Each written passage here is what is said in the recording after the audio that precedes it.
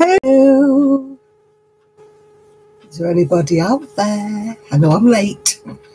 I'm late for a very important date. And I forgot to put my necklace on, so I'm wearing my tiara. Because I haven't got time to go upstairs again. Hiya, Jill. Oh, I've been rushing around at the last minute. So I'm wearing my tiara for a necklace today. Oh, hi, Ephraim. Hello, darling. I'm all rushy. I'm rushing. Hi, Craft Angel. I haven't even got any crocheting or anything to do, so I'm all of a fluster today. Oh, hi, Kelly. Do you like my necklace? I didn't have time to go upstairs again. I thought, oh, I'm so naked. I feel naked. I didn't put my necklace on this morning because my niece came to do my hair. Can you see how red I am? Yay, red. Yeah, it's a tiara. Oh, hi, Dom. Merry Christmas to you, dear. Hi, Chrissy. So I'm all of... Oh, I look regal, do I? Well, I should be wearing it on my head, shouldn't I, really, to be regal, but... There you go. I'm regal now. Oh, very, very regal. Oh, hi, Sean. How are you? Hi, Miguel. Hi, Amaris. Merry Christmas. Yeah, I'm wearing my tiara because I forgot my necklace. Well, you have to do something, don't you? And I'm down in the doldrums somewhere, aren't I? Where should I be? I should be up there, shouldn't I, somewhere? Oh, I know it probably plays havoc with the sound when I do that. Do you like my sparkly flowers? I've got them all lit up in honour of Christmas.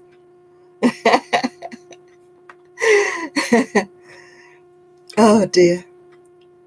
Yeah, I've got my tiara on because I haven't got my necklace. I feel naked, I really do. I feel naked without me. Necklace is just not me, is it?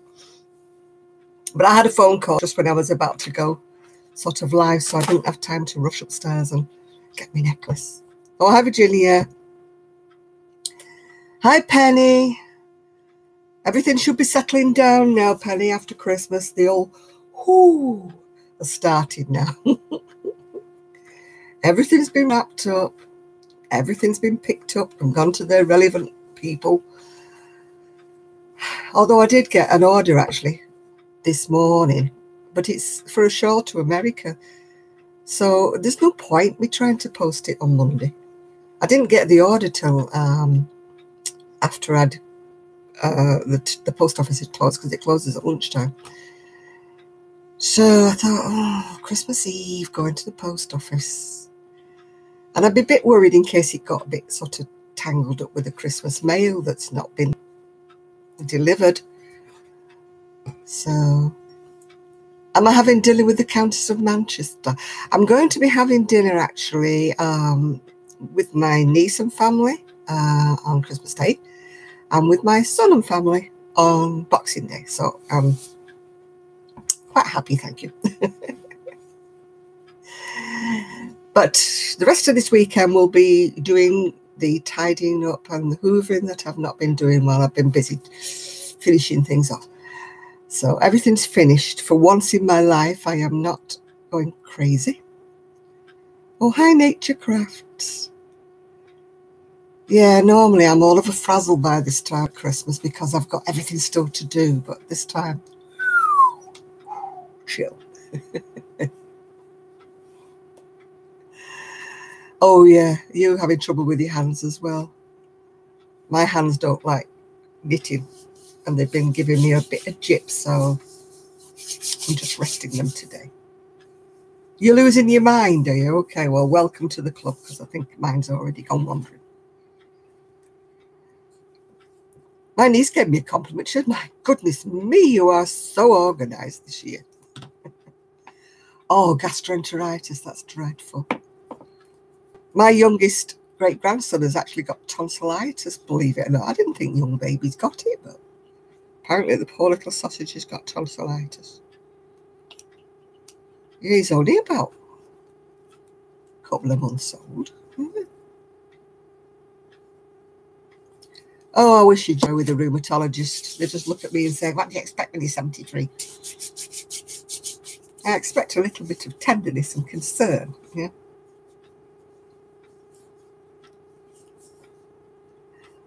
I think gastroenteritis is a fancy word for that, yeah.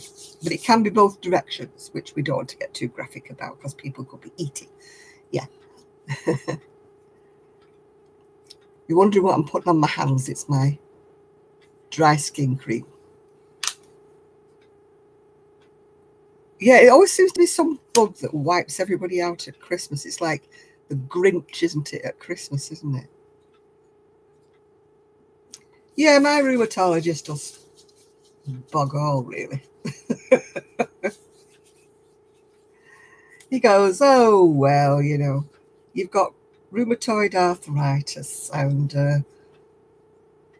then he says something like stupid, like don't use your hands as much and stuff. And I'm thinking, if I don't use my hands as much, they pretty well go, you know. So, no, I'm afraid I'm not taking any notice. Oh, God, husband's being sick. Don't tell me about it. Well, I wasn't in the Christmas mood, but I'm just beginning to start. I think it's because I'm not so stressed and so fraught this Christmas.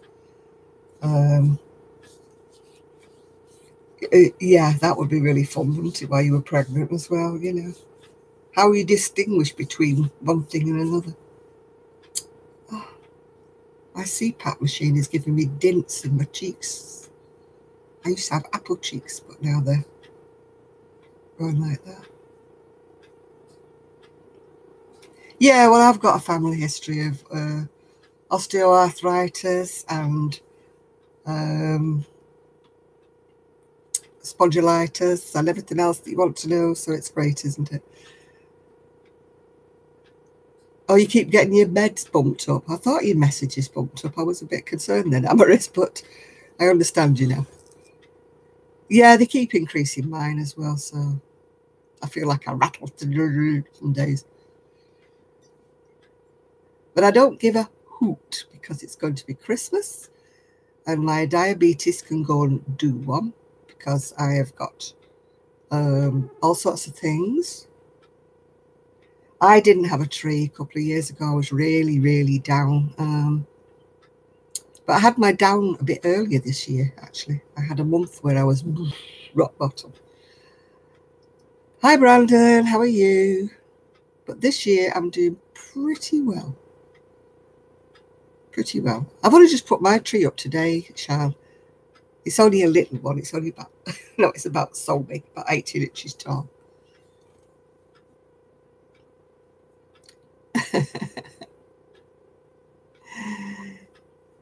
Yeah. And my tree lights decided that they won't work, so I've only got a little teeny weeny set of lights on it, so it looks a bit pathetic, actually, my tree, this year. Yeah. Kelly's seen my little tree. How are you feeling, Kelly? Would you believe the poor girl? You know how she was ill when she came to my house on Monday? And she's got walking pneumonia. I'm not quite sure what the difference is between pneumonia and walking pneumonia. Yeah. Oh, good evening, Kitty. That was your brother, was it? Oh, right, okay. Oh, hello, Shad. How are you? It is actually, yes, it's the tree that Amy sent me, but my lights have gone puh. Actually, it's the plug on the lights that's falling apart, and I don't trust it because it's in two pieces, so I don't want to keep plugging it in the wall in case I get electric shock and get my hair curly.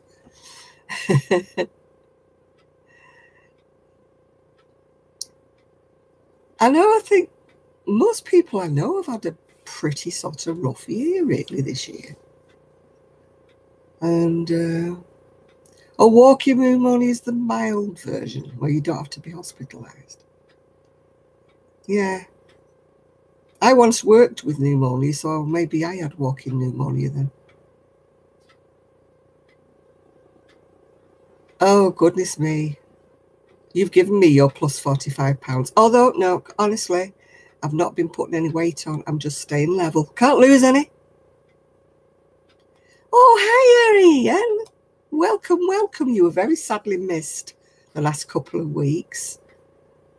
Ian's here, everybody. Ian. Say hello to Ian. Yes, nearly Christmas Eve. Whoa. Well, I used to weigh 10 stone, Shad, but I think I was probably about 30 when I weighed 10 stone. Hi, Jenny. Yeah, Ian, you have been missed, my dear. Yeah. We were all concerned about you. Oh, sorry to hear that, Ian. Poor Kelly's under the weather as well. She's got walking pneumonia. So she's not well either. Yeah. And Trev came on last week and he was missing you as well, saying, where's Ian? Yeah. Yeah, we love Zari and we do, yeah.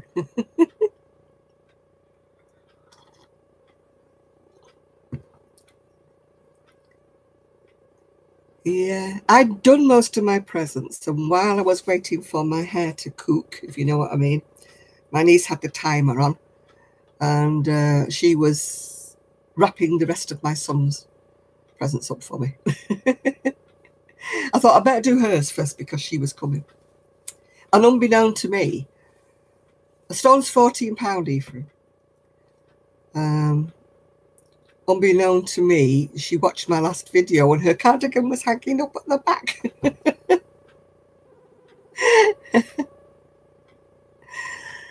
So, oh dearie me. Well, it's took me 70 years to put this weight on, Ian, Shad, so, you know, I'm not planning on losing it yet. Oh, look at my hair now since I've had my tiara on. I mucked up my hair. Oh, look, it's all fallen down now. I've mucked up my hair. Can you whip round with your comb, Ephraim? Mucked up my hair. Oh, thank you, Teresa. Yeah. How have I been? I've been very well, actually. I think I'm the only one amongst everybody that's not come down with any lurgies. But having said that, I had better touch wood because I don't want to be sick at Christmas. So I'm keeping away from everybody. Yeah, touching wood. You're lurgy free. It's just early days yet, Sean. Yeah, can you just bring your comb and you know, just do a bit of wizardry on my hair? I've had to put it on there again. It was pinching my head. Oh, dear. Well, Dawn, stay on the other side of the computer if you're not feeling well, because I don't want you breathing on me. Okie dokie. Yeah. Yes, he needs to come over and sort all her hair out, because mine's a bit sort of startling at the moment, if you can see it. Even it's a bit of a startling red. My niece is going, oh, wow, that's come out rather red. I said, don't worry, it'll fade. You're doing a bit of Christmas knitting. I've actually finished my Christmas knitting now. I put a picture on Facebook of what I'd finished for the doll. No, I'm not working on anything. I've got nothing in my fingers. Yes, naughty little kids is what Kelly's blaming her pneumonia on. Yeah, well, I forgot my necklace. It was a bit late for me to go. Oh, Kelly has to get better. She goes from one cold to another, don't you, Kelly?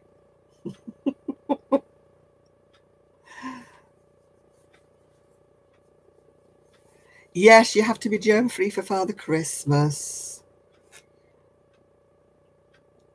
Yeah, he started the mountain mist. I was a bit like that when I was a kid. Yeah, 3 more sleeps to go. I've got one present already of my son. I haven't opened it, though. And I've got another little present from Sharon in Wales. So I haven't opened that yet.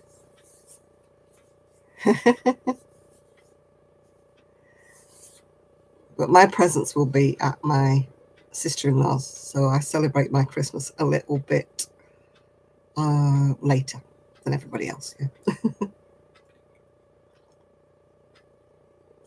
Now it's annoying my throat. You'll have to put up with me being necklace free tonight. I'm very sorry about that. I know I'm letting the side down. Oh, Kelly. Oh my God. Sue went crackers over that, your knitting.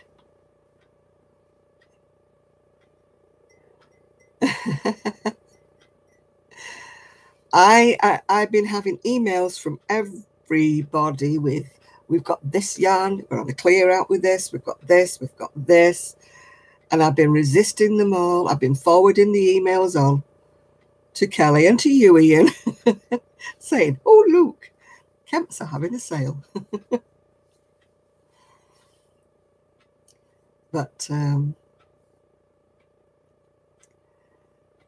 yeah, I enabled you. Yes. Yeah. Oh, I mean, Sue could not get over how neat your knitting is, Kelly. She's so neat. You got my other niece interested. She goes, oh. I said she's free for commissions because she knows my knitting's a bit rough now. Oh, Sean, we'll let you off.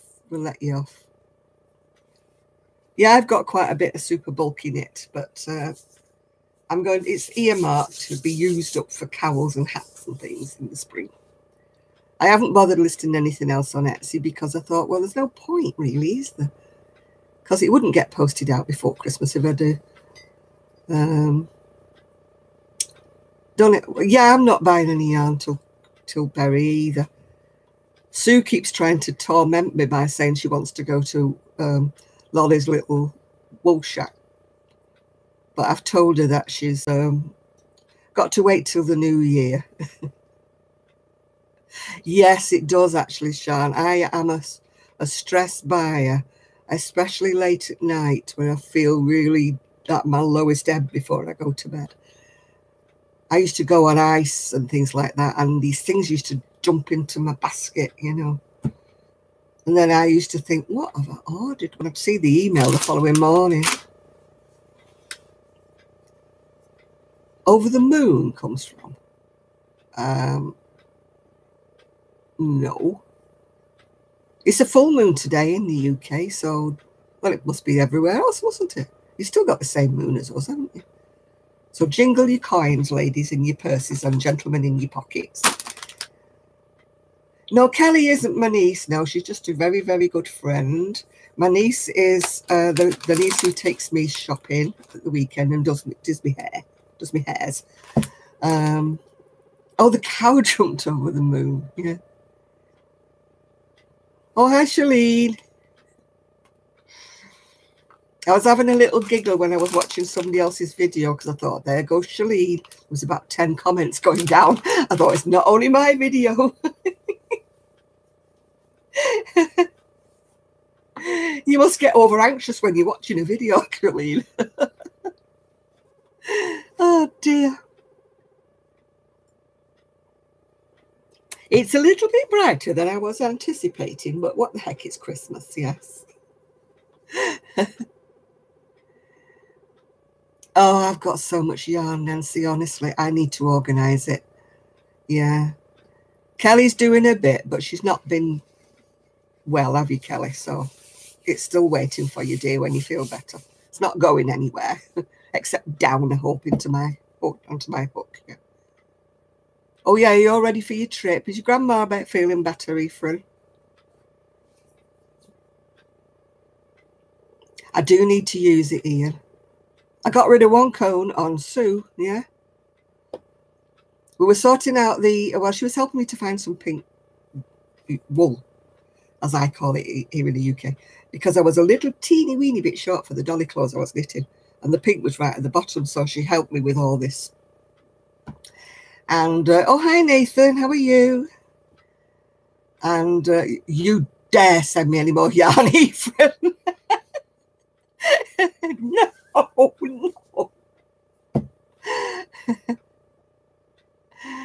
Oh dear. Yeah, no, I must use some more up Ephraim before anybody sends me any more or I buy any more. Oh, good. So when you flying back Saturday, are you? That's today, isn't it? When are you going? Yes, you can have too much yarn when it starts spilling out of the room, you know, and it's coming at you. And it's finishing up in your bedroom. It's getting bad. No, I can't get in bed at the minute because all my crochet items are in boxes and they've finished up in my bedroom. So I'm like wanting to change the bed, ready for Christmas. So this is why I'm not starting any more crocheting or any more knitting or anything. Because I want to kind of concentrate. Yeah. Hey, Sean, we seen who's on? Your boyfriend or yarn husband is on? No, the truck has not arrived with a ton of king coal. Don't you dare.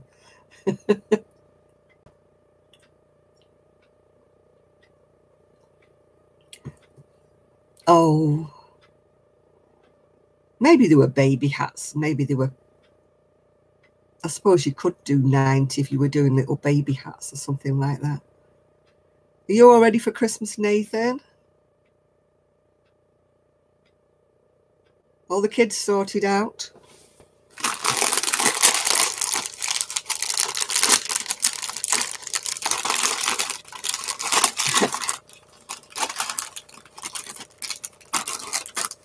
Minifig series coming out in February.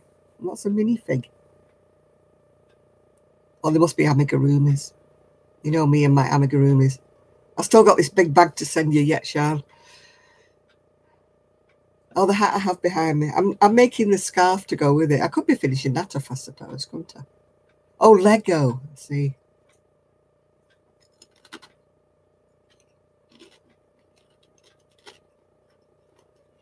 Your son is like Jenny's son. He goes crazy for Lego. Oh, dear. Fires are disgusting, aren't they? They're horrible.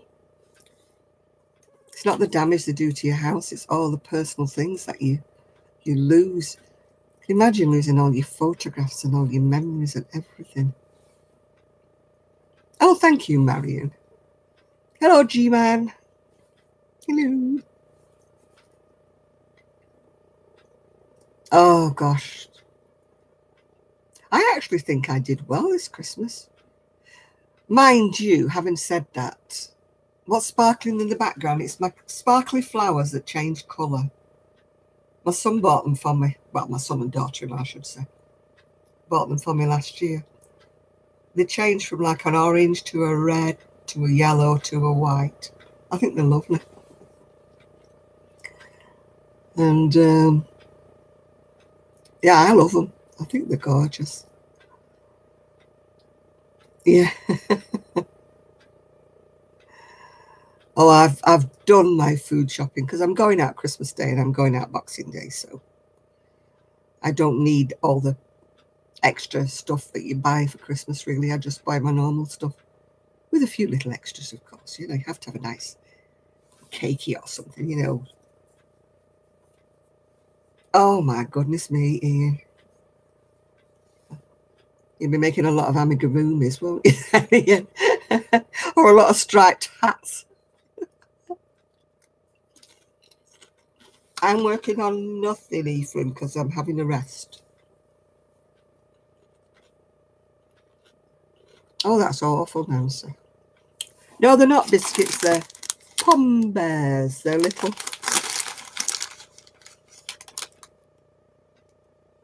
I did. I found my biscuits. I went upstairs to bring down the rest of the Christmas presents. I think I told you I put them all in the craft room because it was the cooler. And while we were sorting everything out, I found my biscuits. They'd slipped down. I'm like, oh, my biscuits, my biscuits. Sue was with me. Where are my biscuits? Oh, dear. Oh, dear. You're having a rest. No, today I started doing the front room, which was putting the tree outside, and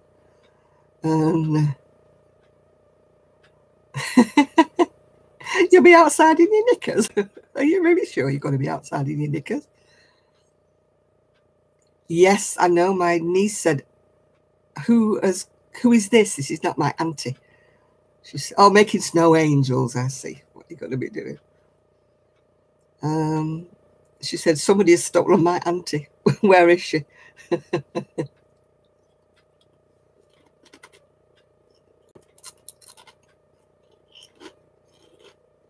I was determined after last year.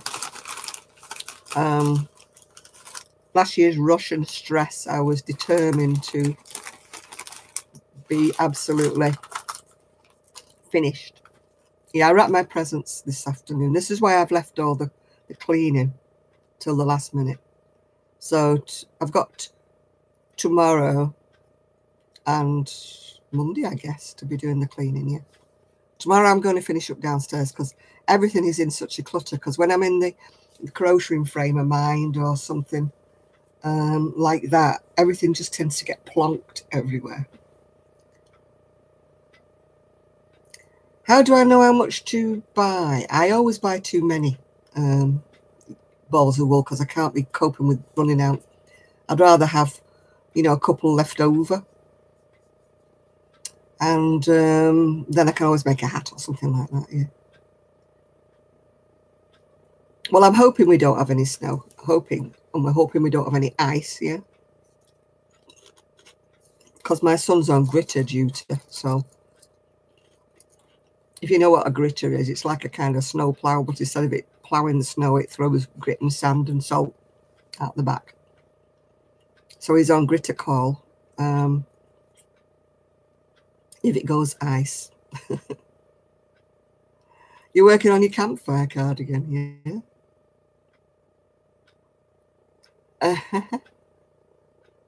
He's going to be away anyway, Charlie. He's going to be away in the sunshine of Puerto Rico.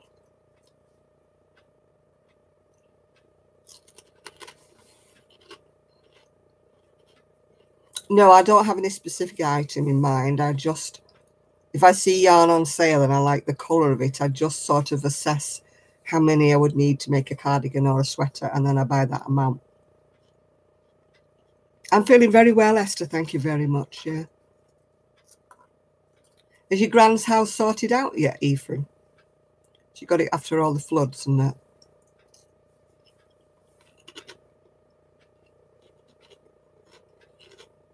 Has she got her electricity up and running and everything?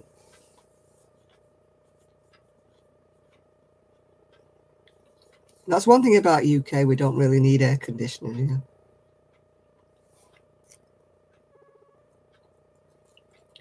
Where do I get my things from? All over the place, really. I get them from the UK. From the UK sites like Wool Warehouse, occasionally Deramores, although I'm not fond of them, Kemp's and Purple Linda. And then I get things from Hobium or Ice Yarns. They're from abroad. I very seldom buy things from America because I get, sort of stung for the taxes and stuff. Oh, glad you reminded me, Shalene. Yeah, Lolly's Little Wool Shack. Yeah, I mostly buy through the internet because I don't know whether you know me or not, but I have problems with mobility. So,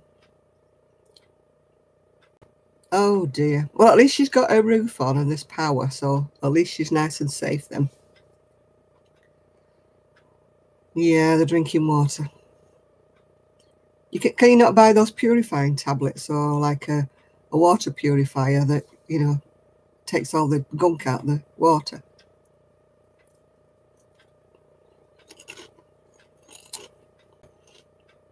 I've got a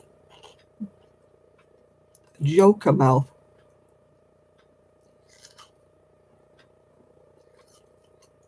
My lipstick's gone in the corner of my mouth and I look like a joker. I think I need some Botox. Look, it's there again. Why did it go there? Yeah, I think I need a bit of Botox. Then again, I think you probably need a facelift. Oh, look, how much younger I look.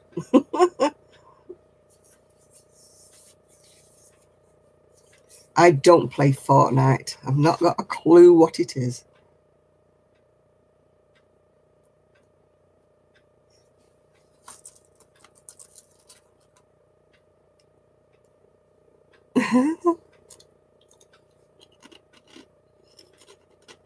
Yeah, go on, Charles.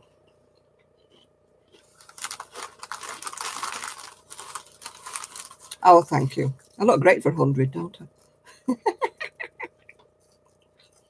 I have to keep smiling, you see. When I smile, I don't get the miserable lines. I don't mind the lines. It's just it makes me look grumpy. You know, I hate to look grumpy because I'm not grumpy at all. I'm quite a happy little soul. I'm so happy people think I'm doolally. Yeah, whistle, whistle. All right, we've used the whistle now. Sian used her whistle, I think. We missed you last week.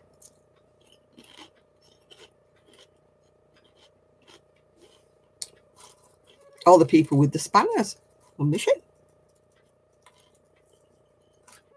So I had to do it all myself last week. It was terrible.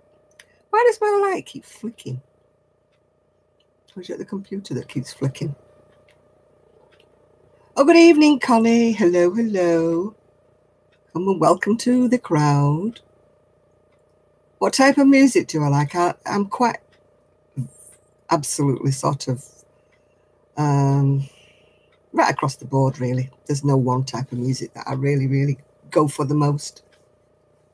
I'm quite, what's it called? Eclectic, is that the right word?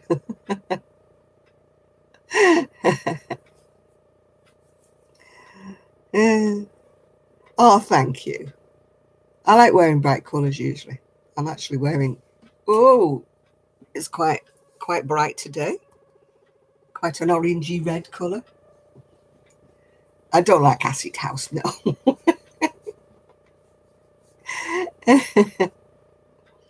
Techno, I don't mind a bit of techno, a bit of dance music, yeah.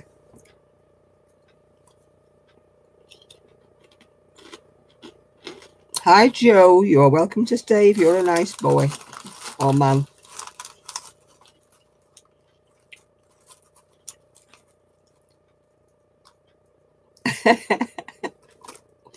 I used to put reggae on when I was doing my cleaning.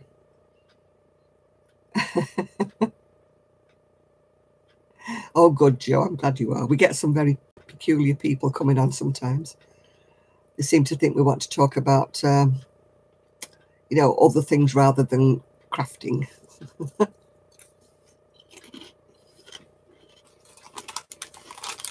Which we don't, because we're a happy little band of crafters.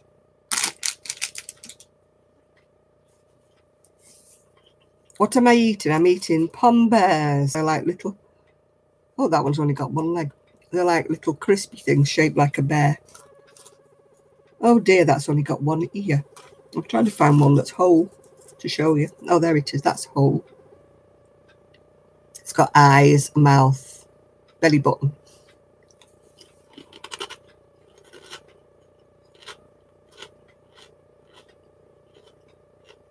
Hello, Deborah.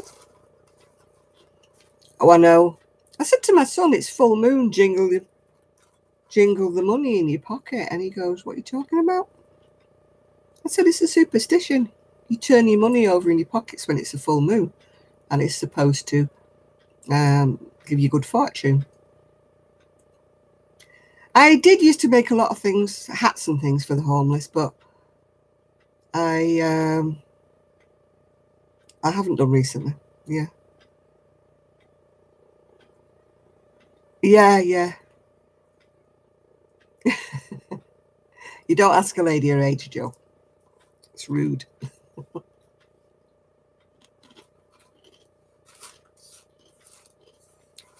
Are you wrapping up for Shorty, or are you wrapping up everybody else's presents now, Sian?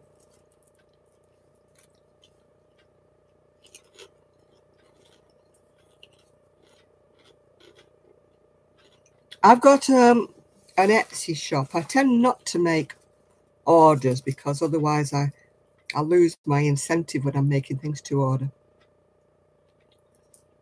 If I don't like what I have to crochet, then that just slows me right down, you know. What would make a good video for me? Hi, everybody. Hi, Anna.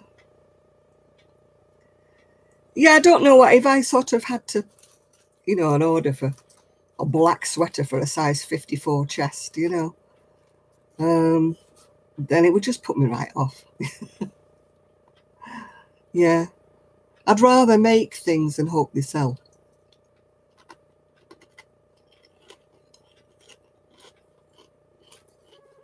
It's always things that I've hated crocheting, like the mermaid tails, that people ask me, do I do orders or not? No. Do you do Afghans? No.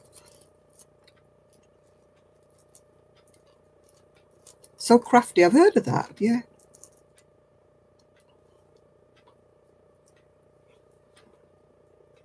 So Crafty is, just trying to think who it is, So Crafty. Tinsel yarn, yeah. Oldie, is it? Oh, right. So Crafty is oldie. I knew I've had some, yeah. Because I used to, sometimes they had wool or yarn at Aldi's, but not very much, yeah. Oh, hi, Amanda. There's quite a few nice, easy patterns if you look on YouTube. I think Bob Wilson 123's got a few nice, easy patterns. If anybody else can think of one offhand on YouTube that can suggest to Amanda. And oh, the Vibe Show, yeah, that's quite an easy one, yeah. Yeah, the Bob Wilson one. Bob Wilson 123's got a lot of free videos. She's bound to have a shawl on there somewhere. She's very, very easy to follow. I feel 80 at times, Gma.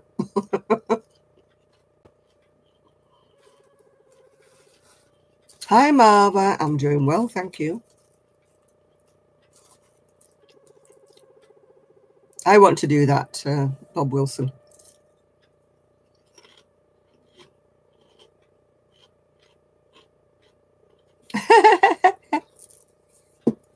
No, I'm not 80, thank you, Ethan.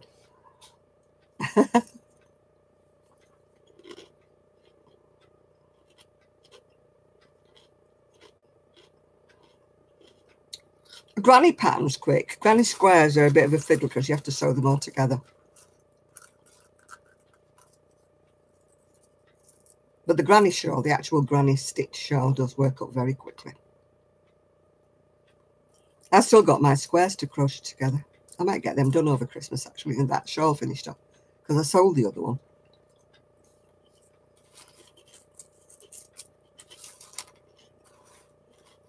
Sue sold that beautiful shawl that she made that's all in different colours of like lurexy, cut with lurex in it. It's absolutely gorgeous. It's the shawl pattern that you like, Kelly. Is it called Fancy Fans or something she calls it, yeah. You're welcome to know my date of birth, Nathan. There's no secret.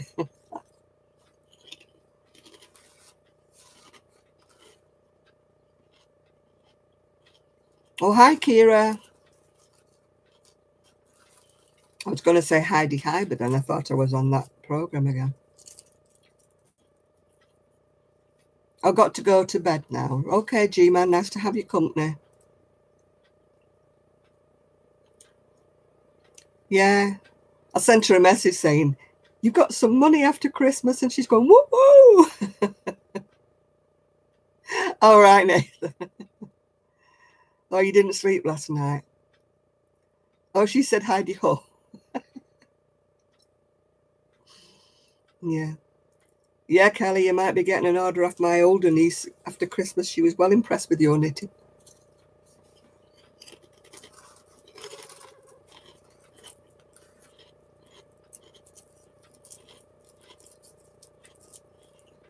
When will it be on again? It should be next Saturday because that's the 29th. It's not New Year's Eve, is it? No, 29th.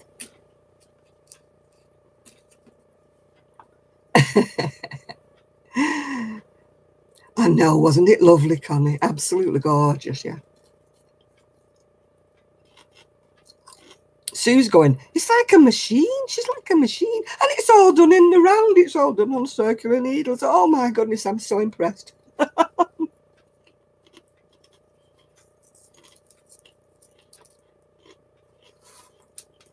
My knitting's gone to pot. I'll see you G-Man. The weather here in Manchester is, I was going to say something rude then, pouring down.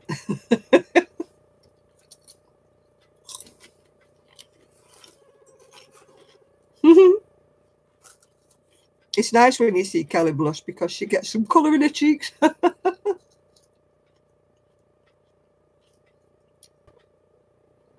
Yes, I was going to say something else besides pouring down. But then I thought, no, it's a family channel. I better not say that.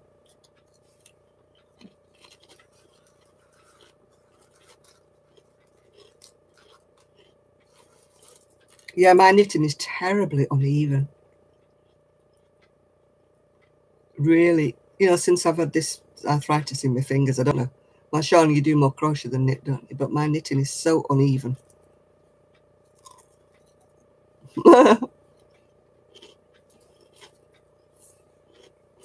Yeah, blushing does suit you, I must admit, Kelly.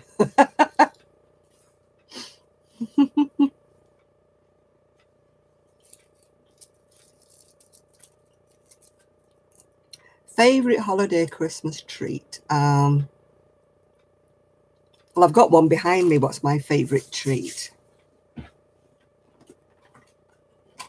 It's not Terry's, it's mine.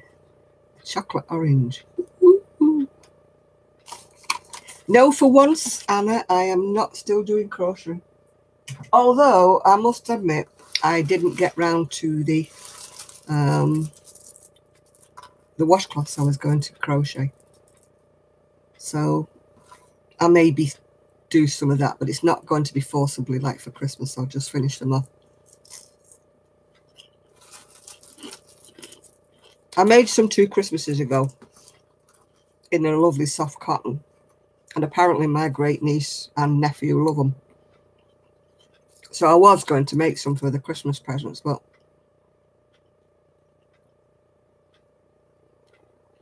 my mum's trifle was my favourite after Christmas dinner. I loved my mum's trifle. I've just, I can never do it the same.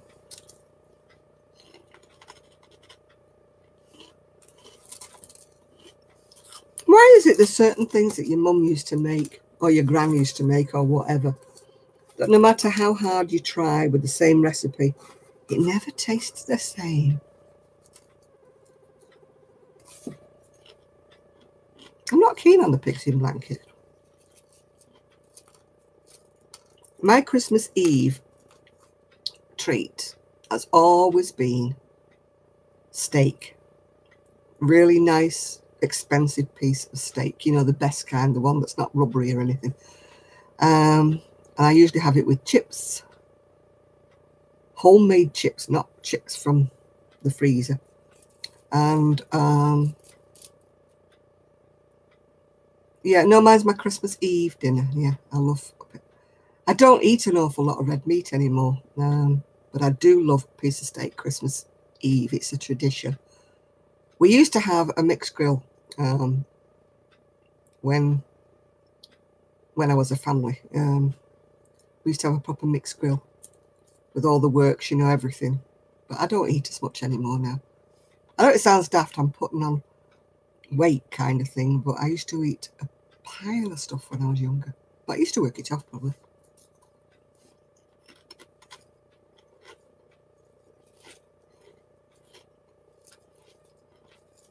I was on the go all the time in the shop. The stock room was upstairs, so I was up and down the stairs, up and down the stairs.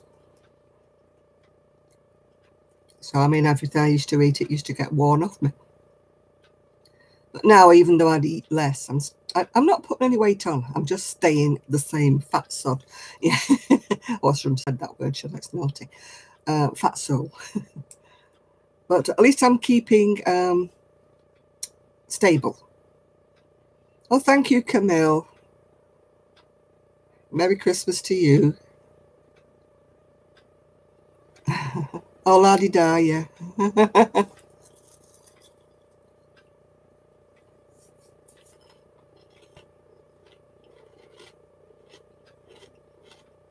You're not eating to live now. What are you doing then, Shad? You're making a lamb casserole for dinner. That sounds nice. The one thing I don't like hot dog whiners. I don't know what the taste is. It tastes burnt to me, like burnt rubber. Don't know what there is about hot dogs. I just really don't like them. So my wisdom spots on my hands. Ooh, look at that. Freckles. I wish they were freckles. That's what makes me laugh about these actresses, you know, these in America. They have everything lifted and shifted and everything else. And but they can't do anything about the hands. Have you seen Madonna's hands? They're like old crone's hands. They're horrible. Wiry and veiny and horrible. I like to eat, Shad, but I just don't eat an awful lot anymore. I'm quite happy with a small portion. It's just I eat the wrong things. No, I haven't. I don't usually buy the crochet now. I buy the inside crochet and I buy the Simply Crochet, I think it is, yeah.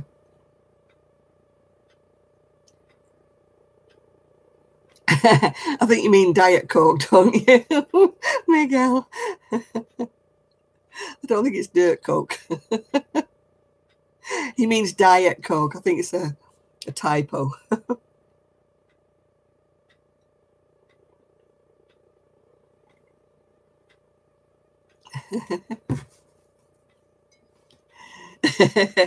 It's all right. We've all got dyslexic fingers today.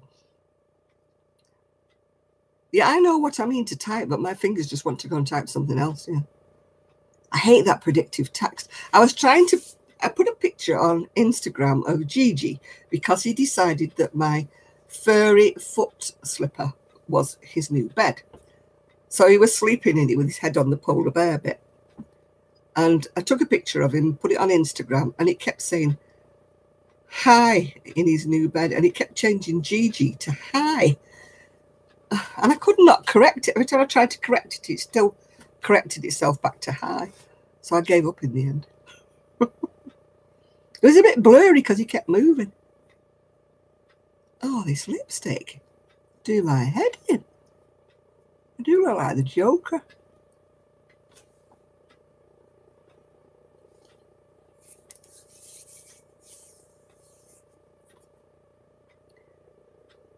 Oh, it's lovely, isn't it? I love the lavender ones, yeah. Oh, hi, Michelle. Happy Christmas to you, dear. Right, you're right back to your wrapping, are you? I hate wrapping things up. I really hate it. I had a friend and she did all my wrapping for me and she did the most marvellous wrapping. She used to put curly bits on with ribbons and everything like that. And hi, James.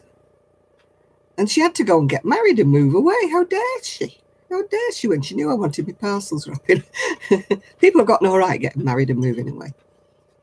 And there's a lot of my friends that way. You know, they will keep getting married.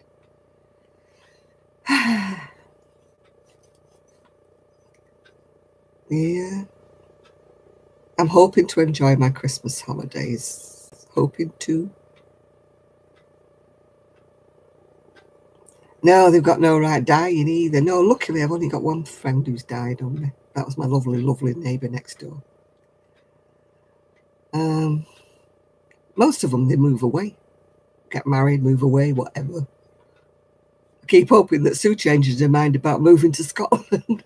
I keep thinking, You know, every time she says, oh yeah, one day we're going to move to Scotland, I'm like, no, don't move to Scotland. And she goes, but don't worry, I'll have to come down and see my kids. I've met the man of my new neighbours, and he seems very, very nice. He came with a Christmas card for me. And he said, if you ever need anything and we can help you out, just knock on the door. And I thought, oh, how pleasant. That's really sweet of him. I've not met her yet. She's the one who wears the trousers, apparently. So I don't know. But he seems very nice. Only young, but very nice. So, look what I've got. Cadbury's Dairy Milk Fingers. I do have some lovely neighbours around here. I have got to say that. And even my next door's improving. The garden's not improving, but she is. We are speaking now. Oh, no, I can't stand almonds and chocolate. Can't stand nuts at all in any kind of shape or form, whether they be people or proper nuts. No, I have to say, we're getting on well next door, and I think I never really argued with her. It was just that baby kept crying. But he's grown up now. He doesn't do it anymore. He didn't cry. He used to scream. But at 3 o'clock in the morning, every morning, it isn't funny. So I did have to say, like, what's wrong with your child? Is there something wrong with him? I think you need to sort him out. Yeah. Oh, God, peanut butter. Ugh. The only thing peanut butter is good for is giving to the dog as a treat.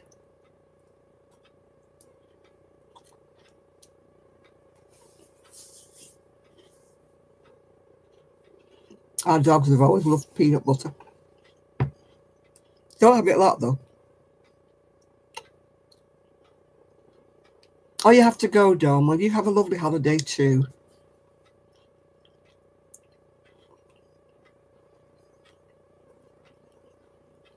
Oh, I hate peanut butter. I really loathe it. I'm not allergic to nuts at all. I'm not allergic. Oh, God. I made a load of snowflakes and we had to starch them all. And, oh, hello. Whistle, whistle. Oh, for God's sake. We're being dive bombed.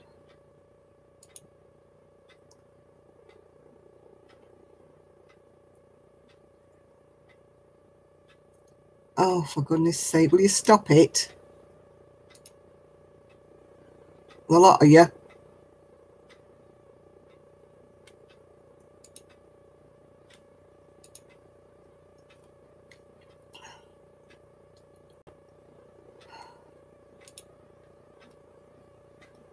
Oh, for God's sake, what is wrong with you lot? Can't you find something else to do?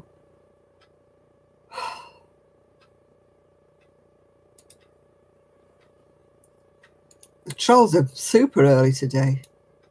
I was hoping they'd all be out on the beer. Oh, blooming trolls. The dogs think it's beautiful, like peanut butter, but they're not allowed much of it, obviously.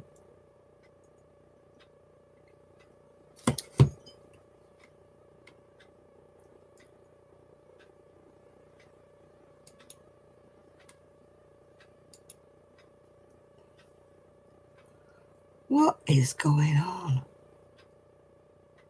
Teenage trolls, you're not joking.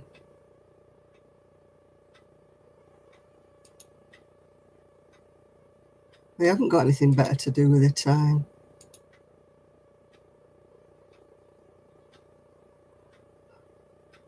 Oh my goodness me. I don't blame you, Shalene. I'd go too if it wasn't my channel.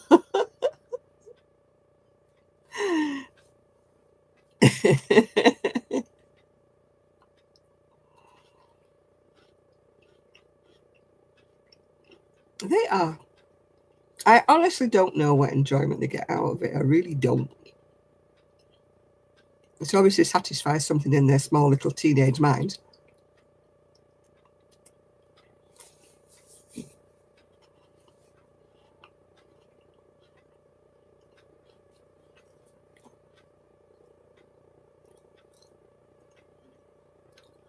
They must all suddenly say, oh, let's go on this channel and disrupt it. Yeah, they could learn to knit, I agree, Brandon. Could do something useful with their lives. It's good if I'm not crocheting or knitting today because I'm getting chocolate fingers. Woo!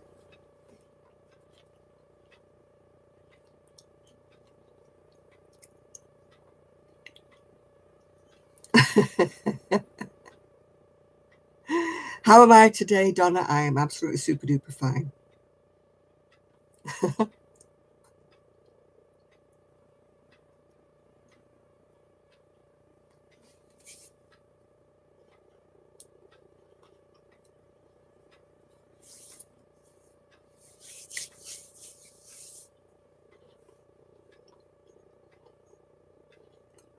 I'm eating chocolate fingers, you're right there. That's what I'm eating, dairy milk chocolate fingers. And now I've got chocolate all over my fingers.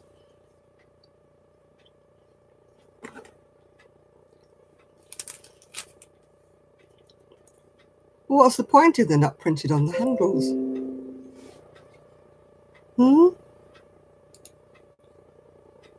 All the crochet hooks out. Oh, how long have you got? Yeah, do you want one, Nathan?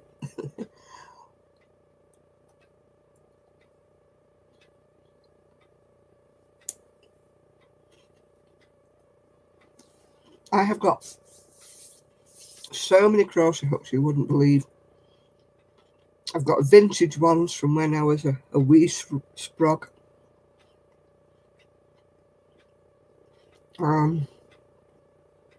I've got ones that I only use for certain things. Because certain hooks. They usually do send you the same dialogue. There's only, I think, Wool Warehouse that says, do you want the same dialogue? Oh my goodness me. If you ordered it from a reputable firm, I would tell them about it and tell you you wanted it all with the same dialogue. Which firm did you order it from, James? Because that's not right, sending me 3 different dialogues.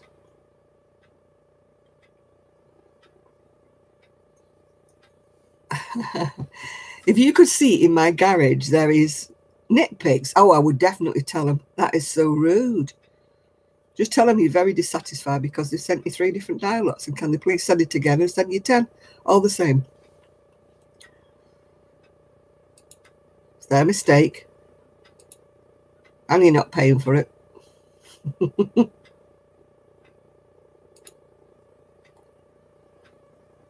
Oh, that's not very good, is it? Well, tell me you want your money back then.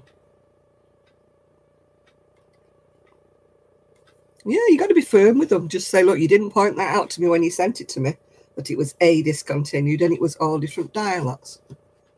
No. No, tell them you want a paid, coupon thing or whatever to send it back. Oh my goodness, if they ask for a video on my crochet books, God, how long have you got? I've got as many books in my house for crocheting as they have in your library. I've got hundreds of the darn things, hundreds that date back from whenever. No, you're not being bitchy at all. That is their fault, James. They should have pointed out to you that it was being discontinued and it was all different dialects, and did you still want it? I mean, don't forget, I used to be the other end of I used to be a shop selling things. I would have never sold anybody 3 different dialects without telling them.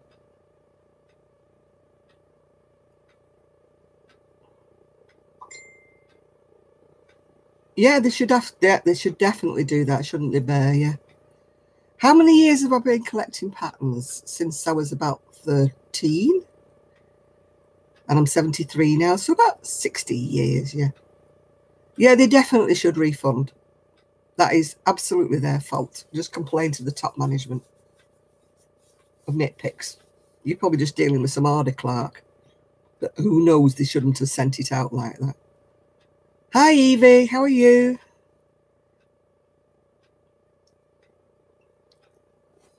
Oh, hi, Isaac. How's you and Dexter?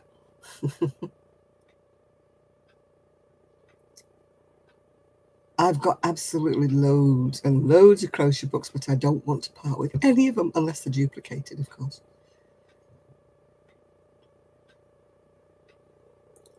Oh, plastic film wrapped around the hook. That's not nice, is it? You'd think that they would actually print it on the hook, yeah?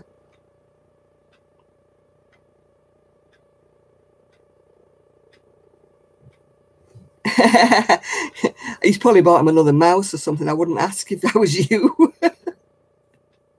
Oh, good night, Connie. I hope you have a Merry Christmas too, love. I hope everybody does, in case you all disappear on me. Oh, you've got him a new vivarium. Yeah, Shan dropping all their presents up as well, yeah. It's a shame if it's not printed on the hook, isn't it, Nathan? That's rather a bit of a swizz, really, isn't it? If they're advertising it like that and it's just a little thing wrapped around it, that's cheating. That's not right. It should at least be printed on the hook. No, I think you should persevere, James, at getting your money back on that, yeah. As I say, I was on the other end of it, and I would have never sold things like that without telling people and reducing the price if it was different dialects, yeah. If people did still want it. That's no excuse. No excuse. Well, I wouldn't bother, Nathan, then, in that case. Oh, my goodness me, James. If it's... Oh, no, no, no. That is ridiculous. Right to head office. Isaac is a very lovely young man. And Dexter is his card snake. Yeah, that's absolutely a rip-off, that, James. Absolutely. I would definitely complain. And I wouldn't keep it if it's all different diamonds. You're emailing my gift. Oh. I didn't expect it. Yeah, you need a strong email directed at the head office, not the office monkeys. You know what I mean? That's bad practice. Absolutely bad practice.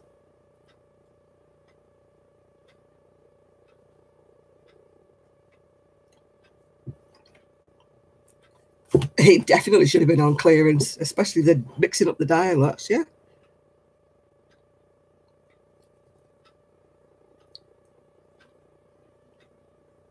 Yeah. Like I say, don't send it in general. Try and find out who the head office is or where the head office is, and or try and write it for the attention of the general manager or whatever. Yeah, just tell them, I would say, in an email that you've told everybody on YouTube and everything like that. And they all think it's pretty shoddy practice, and you know. Yeah, they're a large enough company. It's not as if they're a small person, is it? Yeah. It's their mistake. Yeah. Did you see that Ephraim's video where he actually ordered from Deramores, which we all know has got wonderful, wonderful customer service, and he got his parcel in about 3 days in America. Oh, I can't get them to deliver to me in 2 weeks.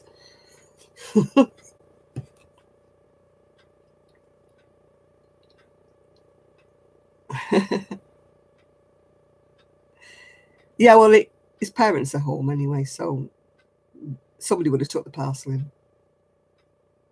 Yeah, Wool Warehouse is great with deliveries, but Deramores, yeah.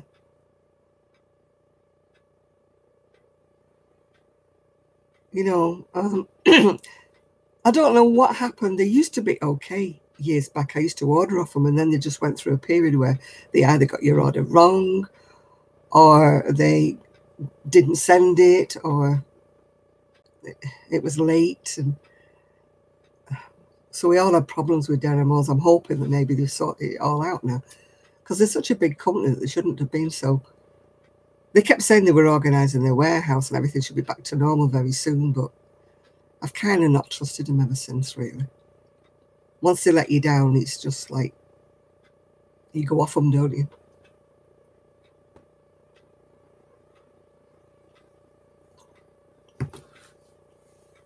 No, as I say, I think somebody's realised they've made a boo-boo and they just hope it'll go swept under the carpet before they get in trouble.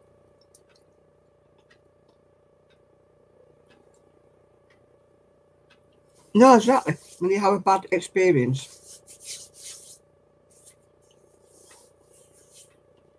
Oh, hi, Judy. Oh, excuse me.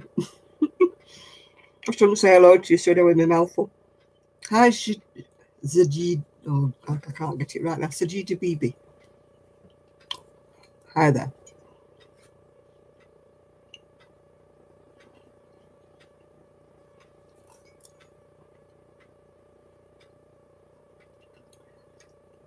No, I would say you've got plenty. Tell them that you've got plenty of friends in the knitting and crocheting community, and you go on a live channel every Saturday, so like hundreds of people have heard about your misfortune, blah de blah de blah. Yeah, I would lay it on thick and just tell them that, you know, sadly, it's probably going to be influencing a lot of people's thoughts about you in the future. Yeah, lay it on with a big trowel. Yeah. Or they don't like it with negative comments. No, they certainly don't. I mean, I had a complaint with somebody or other, I forget, and I said, have you been watching my channel? I said, I've got like 6,000 subscribers, and if I say something negative about your company, you know, it's going to go to an awful lot of people. I'll tell you what, they fell over themselves trying to get my problem sorted out. It was like, oh, no, no, no, no, don't do that. Yeah, they don't realise, these companies, that people are on the internet and people have got lots and lots of friends on the internet. So if they upset one person, they upset at least 50 people, 60 people. Yeah. Oh, hi, right. I was struggling with your first name, so it's been nice to call you BB. Yeah. Yeah, so if you've got something negative to say about somebody, then, yeah, use a shovel, that's right, yeah.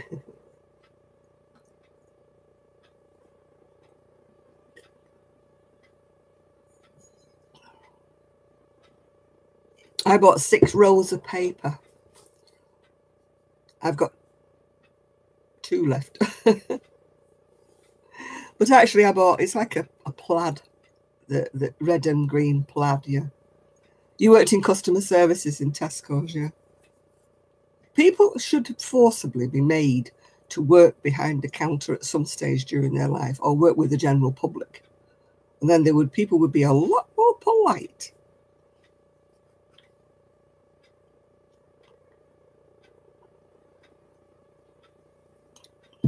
I was reading on Facebook, this guy was saying he did his Christmas shopping today. And he said, honestly, they said people were kicking off and rowing and shouting. Oh, he said it just was awful. You know, what do I expect? You know, I mean, it's only a couple of days that the shops are shut. You know, it's not like there's going to be a famine and there's going to be nothing on the shelves, is it? People always order way too much food.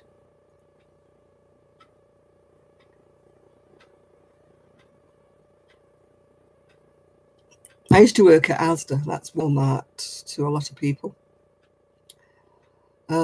I only worked the housewife shift because I also had another job as well. And it's no wonder I'm knackered, is it?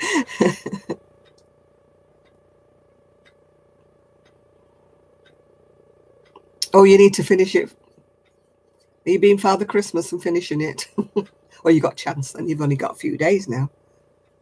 Is you going to be wearing it at Christmas?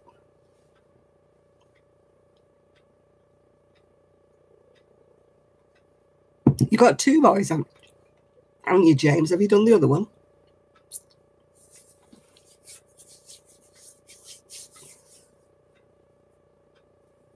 I know, Nathan. I can't understand it.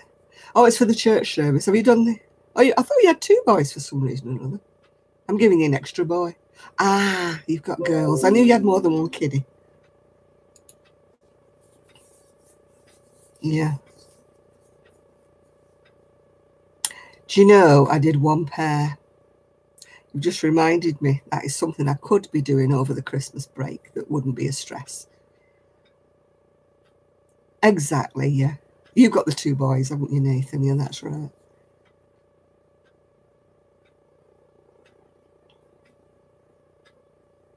Yeah.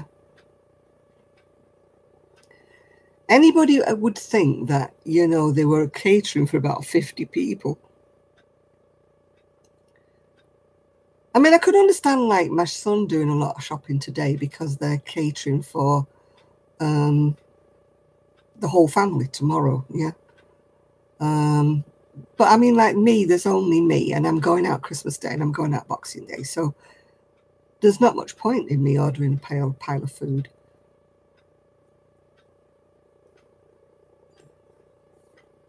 Well, she doesn't have to put it up and put it down, does she, the Queen?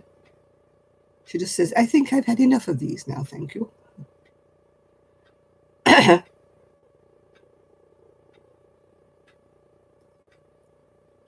Oh, good. I'm glad you're crocheting again, BB, yeah.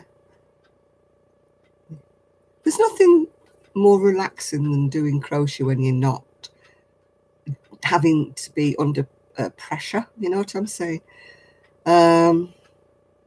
I like to crochet when I can relax, take my time with it. It doesn't mean to say I take a long, long time.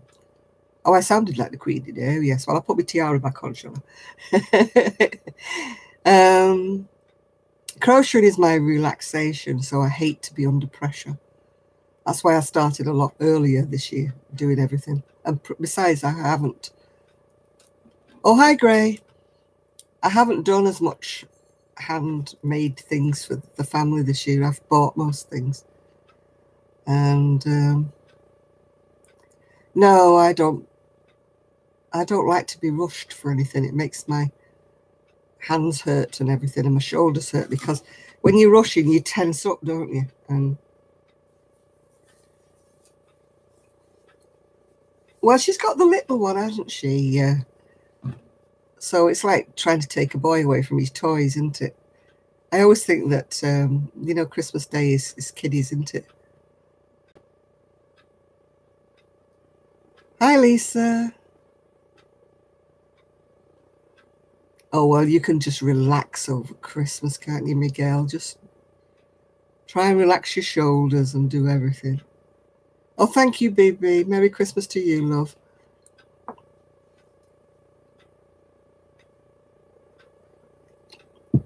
I know fresh veg are lovely and everything like that, but what's wrong with frozen if you can't get any fresh? You can't get out, you know.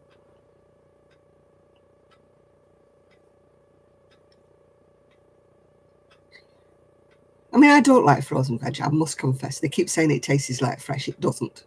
It's the next thing best to fresh, because I'm not very keen on tins. But let's face it, in a crisis, could have tin peas, couldn't you? You know. My niece redid my hair, so it's rather startling at the moment, yeah. Oh, Brandon, you should not get so angry. You should calm down. Merry Christmas, Emma.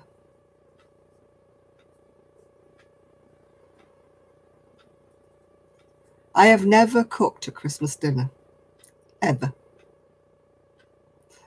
Because when I was married, we used to go to my mum's. And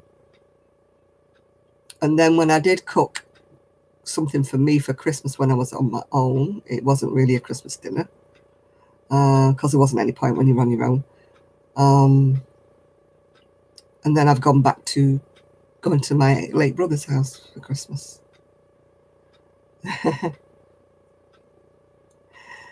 Oh, it's been a year since I had eggnog. Years and years. I used to think I was so grown up when they let me have that at Christmas.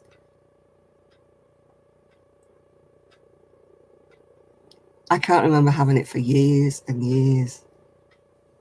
Oh, Kelly's lovely. She's got walking pneumonia at the moment, baby. She's just not been very well at all.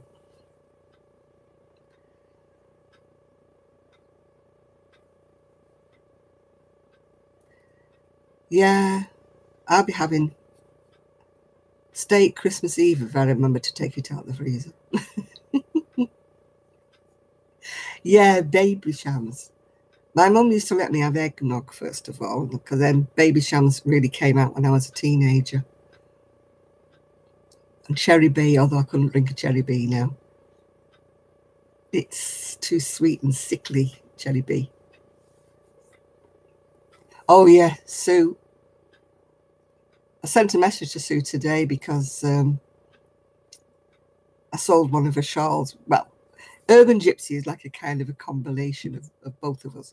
So I sold a shawl on Urban Gypsy Crochet. So she was thrilled to bits, yeah.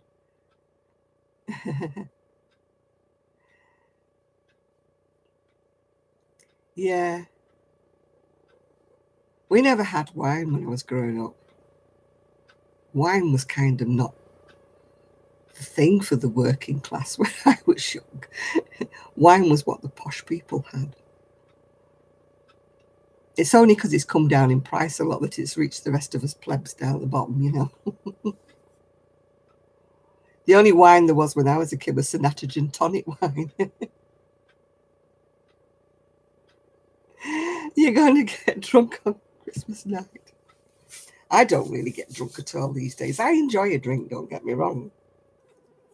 When I say a drink. Oh, my mum used to have a sherry. She used to have one small sherry.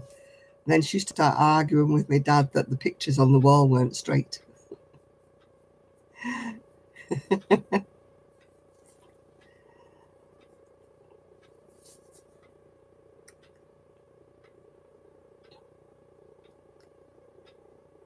That sounds a good idea, Isaac, yeah. Oh, gosh. 15 scars. Blimey. I went about 5 years without drinking any alcohol whatsoever because I had a problem with alcohol when I was in my 30s. I wasn't alcoholic or anything. I just had a problem with I was drinking way, way, way too much. And I just stopped dead and then I wouldn't have any. I didn't have any for about 5 years. And I've just started having a drink again over the last few years. But I just don't. I don't even get giddy, really. I just don't like that feeling, you know, where you go a bit, when you're out of control. Maybe I'm too much of a control freak. I don't want to be out of control.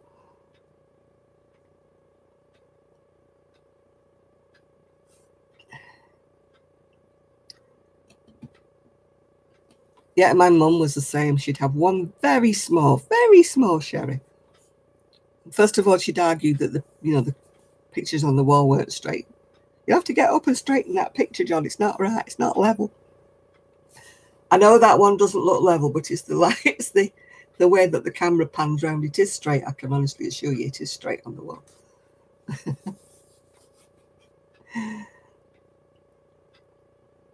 Oh, that sounds interesting, though.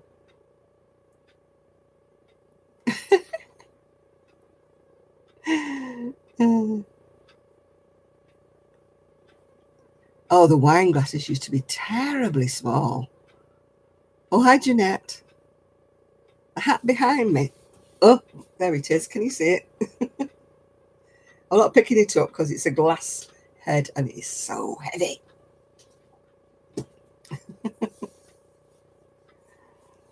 It's like, when I pick it up. No, I used to get drunk when I was younger, but you get past. I hate drunk old ladies. They're worse than drunk teenagers, aren't they? When they start singing and grabbing you and wanting to give you a kiss. Oh, and the whiskery mouths. Nothing worse than a drunk old lady. Unless it's a drunk old man, of course. No, it's not legal over here. It happens, yeah. It's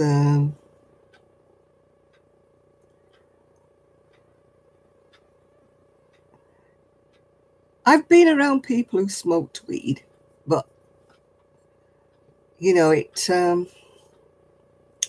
might appeal to me now because I'm suffering so much with arthritis and spondylitis and stuff like that. It is, yeah. I got them off. I got them off eBay. They're called Rainforest incense sticks, and there's like all these different ones in there. Smells gorgeous. Yeah, I would try it if it was legal. But I'm such a goody two shoes that I wouldn't want to do it if I was, you know, I would never kind of go on a street corner, you know, like, have you got any weed, you know. The CBD oil that we can buy here in the UK is just very pitty-patty. It's not any use, really. It's not got all the... it's not got all the whatever, yeah. It's very weak, isn't it?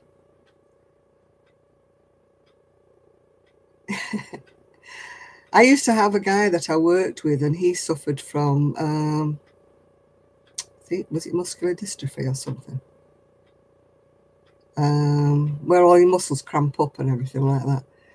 And he used to smoke the weed, and he kept saying, you want to try it? It'd be really good for relaxing your back and that. But I just didn't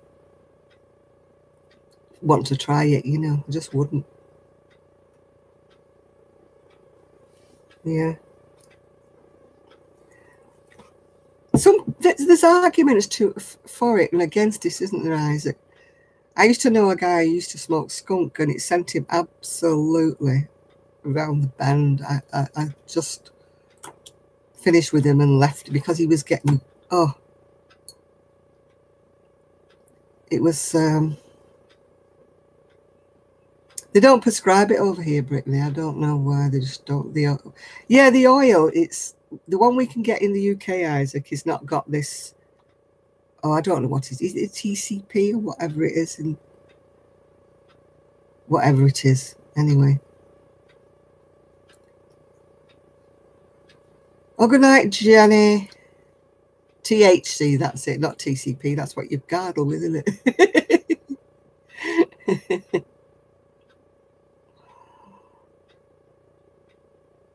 But I wouldn't mind it if it would relax my, you know, my back cramps up, and usually when I get in bed, you know, I'm trying to get to sleep. Yeah, he went into psychosis, this guy I used to see. He was, but he used to smoke skunk, which is the strong stuff, and he used to smoke a lot of it, not just an odd one a day. And it sent him paranoid. In the end, I just couldn't be bothered with him anymore because he started saying like people were looking at him, and I used to think, no. So that put me off ever even trying it if I saw what it did to him. He used to be quite a reasonable guy with a job and everything, and a good job. And he turned into like a bum, really, to be quite frank. Paranoid bum. Yeah, if it was legalised, it would be safer because you'd know where it was coming from. And it wouldn't be all this street stuff where they put all sorts in it, yeah. Yeah.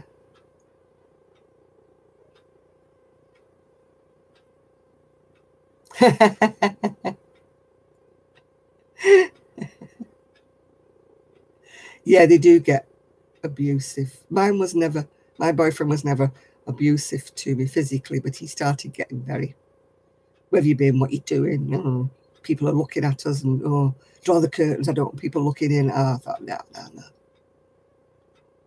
All right, baby.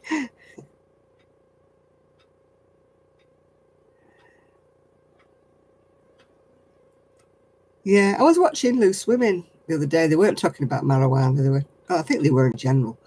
They were talking about HRT. That's what they were talking about, on menopause and stuff. And this one lady was saying she went to a specialist and he prescribed this sort of gel stuff that you put on your skin. And that's like hormonal HRT.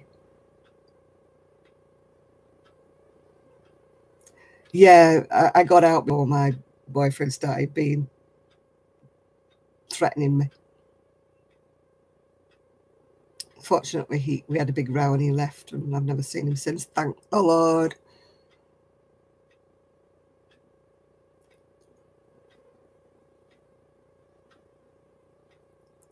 Yeah, I was on HRT for quite a long time, Nature Crafts, and I was really absolutely lovely when I was on it. But I had to come off it when I had my spinal lock done, and then the doctor wouldn't put me back on it again. And that's when everything started going to pot. I think I was better when I was on the HRT, but they won't put me back on it now.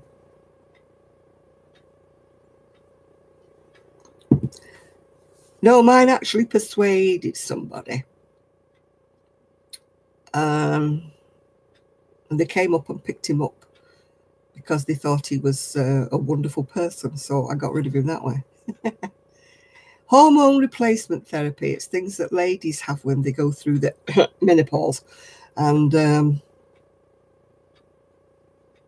it helps you with that sort of thing, the night sweats and everything else, which are not pleasant. I hate to tell all you younger ones who've not gone through it yet, it's not pleasant. And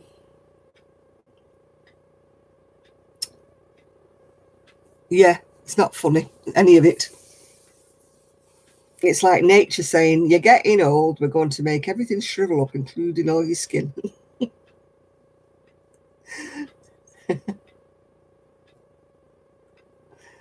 You prefer a bottle of JD when you're in the mood, do you? Oh, I went through menopause early because I had a hysterectomy when I was 33, so I sort of crash landed into mine.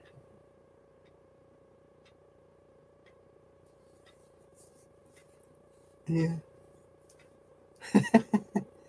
Mine is fantastic because since I was 33, I've not had one. As I say, I crash landed right through mine, but after I got over that really horrendous period, I've been fine ever since.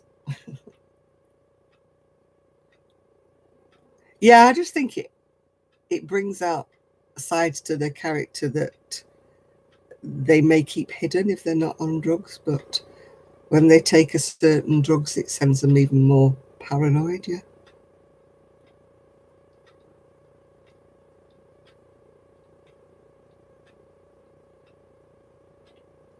Yeah.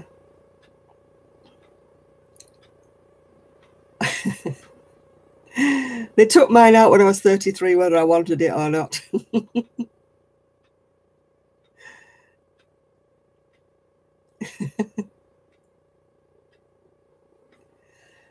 Yeah, the guy I was with was smoking it every day, all the time. He never had any money.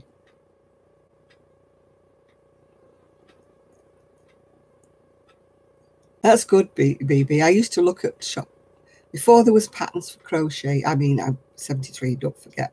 And when I was about 13 or 14, I used to stand outside these boutiques that used to sell crochet. There was no such thing as like camera phones and stuff like that. And I used to be there gazing at them, trying to mimic them when I got home. It must be so much easier now. You've got these camera phones that you can just take a picture of things, you know.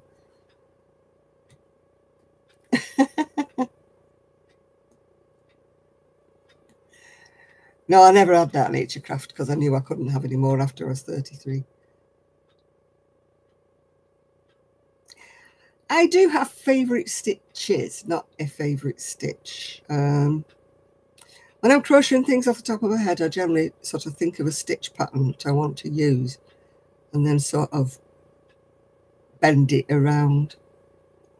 Brandon, I'm 73, dear. Yeah. Oh, you're still there, Kelly. I thought you'd nodded off.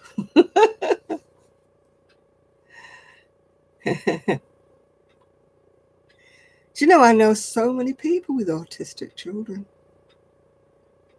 I don't know whether it's because we all turn to crafting or everybody turns to crafting, you know, to get them through everything. Yeah. Or was it a good phone call? Okay. Was it your mum again?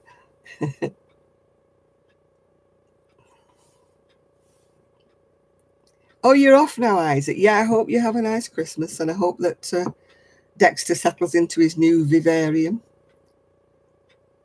Hope he's enjoying it.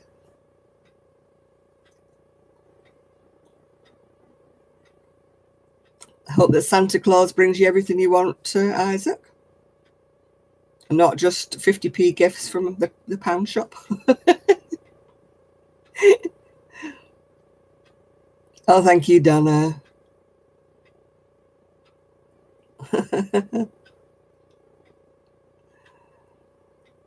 Oh, the good one. Wasn't the other one then? No.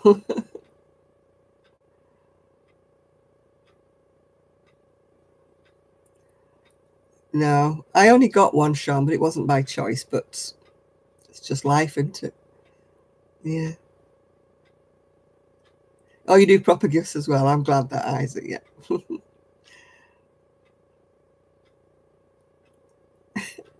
I've got news for you. I still have hot flashes. I still wake up in the middle of the night wet through. And I don't mean because I've had an accident. It's because I've been having my hair be wet through and stuck to me and everything like that. You're fine, BB. I don't need a present. Thank you, my love. Just you saying Happy Christmas is a present enough for you. Oh, we're cheering you up, Nature Crafts.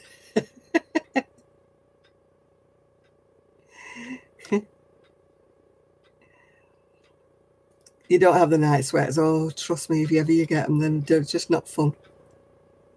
You wake up and you think, I've wet the bed, and you think, I can't have wet the bed because it's wet by my head as well.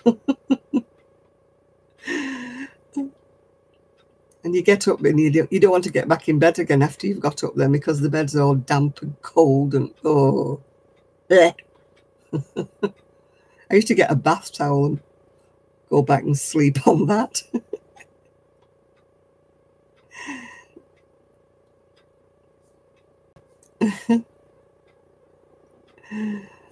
Yeah.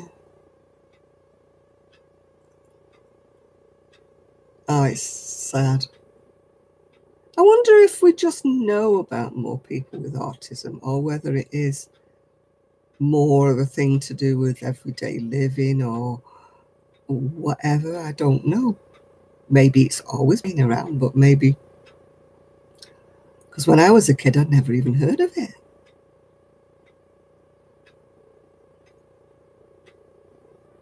You know, it's sort of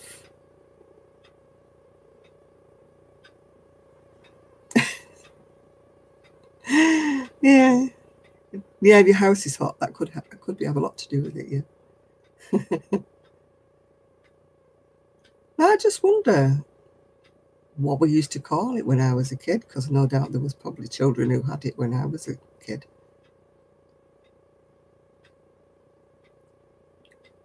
Yeah, it must have always been around. It's just kind of I never ever noticed it, yeah. Oh, thank you, Deborah. It's my stag in the woods, yeah. I'm not crocheting anything, Evie. I'm having a night off. Because they like to keep it to themselves, that's why. Yeah. Oh, that's sad, isn't it, Nathan? That's bad. Hi, Rebecca. I used to crochet skirts back in the day when I was younger, slimmer, and I used to wear short skirts. But I don't do them now.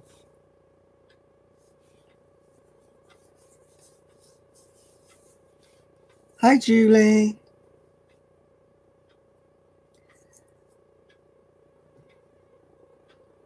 I'm making you sweat, aren't we?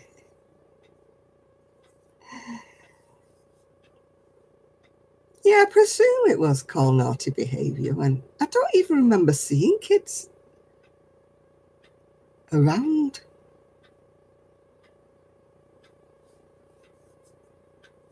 Yeah.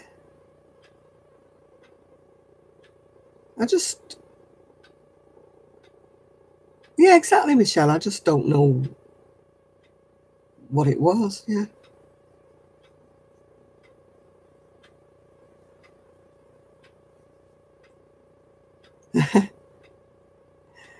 I was lucky, 33, over and done with.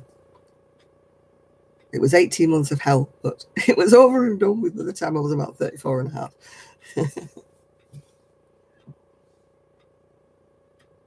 I only do live chat on a Saturday, BB. I remember crying my eyes out when I first had my first period, and my mum told me it would happen every month from then on in, and I said, that's not right. I'm not having that every month for the rest of my life.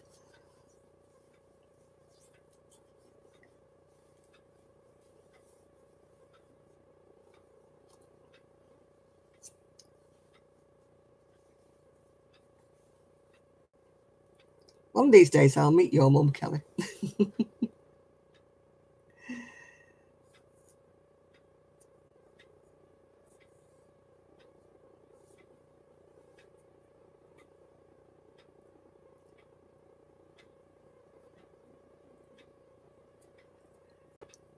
I don't know whether the vaccinations have got anything to do with it. It's a theory that people disproves.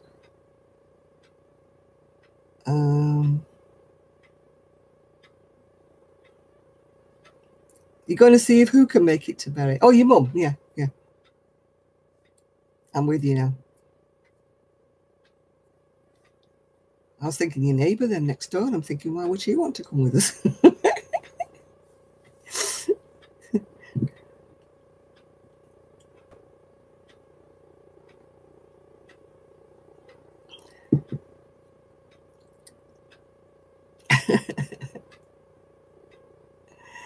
I know, I can't.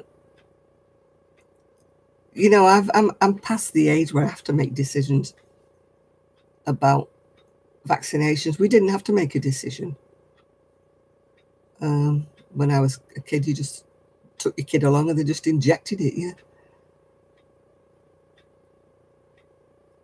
But as I say, it was probably called other names when my kid was young, yeah. How can you send a picture of a scarf to me? If you're on Facebook, you can ask to be a friend, and then if you're a friend, you can send me a private message, BB, yeah? If that makes any sense to you?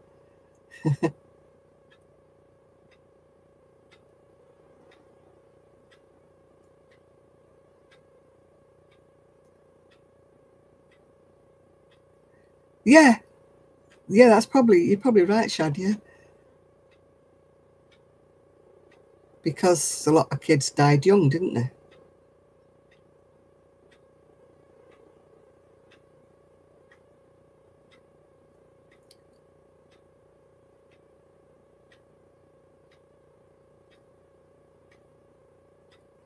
Yeah, I mean, a lot of children, it was quite common, even, I mean, my dad's family, he lost a brother and a sister.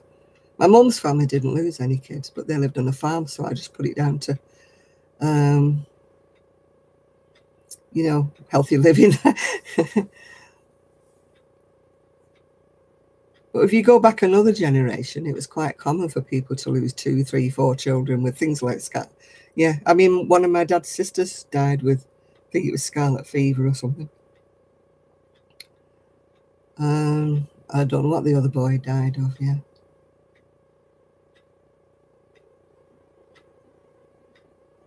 Yeah, polio did kill a lot of people.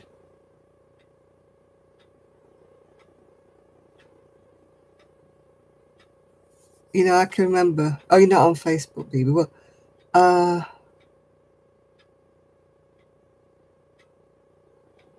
yeah, you could die with the measles. You're right there, Sean.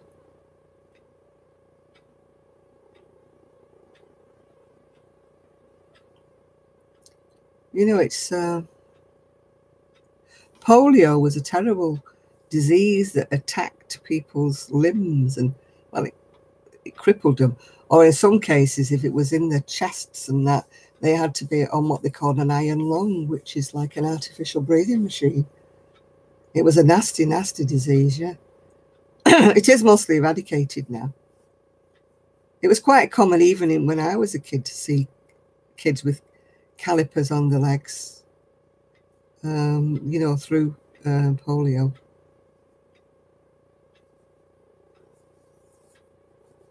Yeah, oh, I've had German measles, I've had all sorts of things, yeah.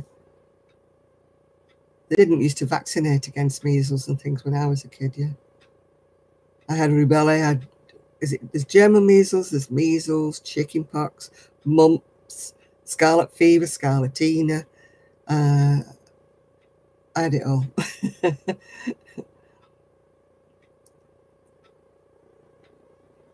Who is Nathan? He's a lovely guy who crochets. Does that answer your question, Brandon?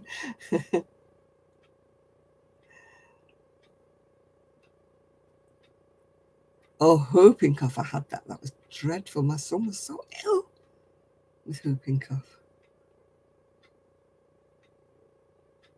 I haven't done any knitting for charity this season, I'm sad to say.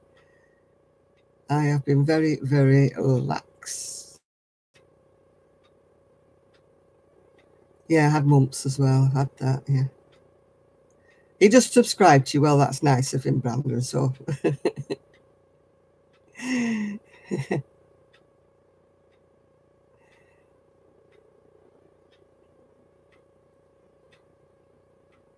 yeah. Army people used to die.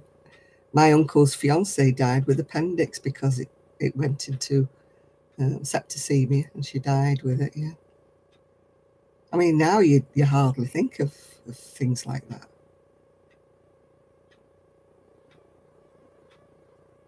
You know, it's when you think that the smallest things used to kill people, like you say, influenza used to wipe people out. I mean, now it can, if you get real flu, it can, you know, really wipe you out, yeah. It tickles me when people say, oh, I've got flu. They haven't, they've got a bad cold. If you had flu, you'd be in bed, you wouldn't be able to move, you'd be there for about 3 days, you wouldn't be eating, you wouldn't be drinking. Yeah, even in my age group, I heard of people who had the tonsils taken out on the kitchen table.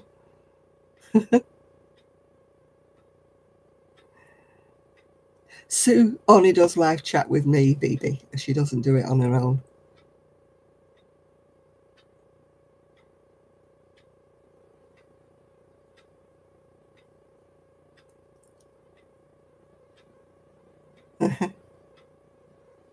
Yeah, pneumonia. I mean, Kelly's walking around with walking pneumonia, yeah. Yeah, if you get really bad flu, it just wipes you out.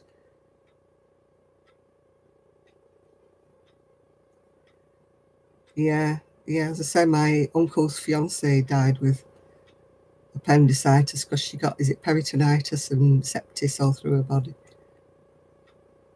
That was back in the 1940s, probably. Yeah, I haven't had the flu for years exactly because I've got the flu vax. I also have breathing difficulties. I wear a breathing mask at night, so I prone, if I got flu, I wouldn't be able to breathe. If I can't breathe, I can't use my mask. So it's just, yeah.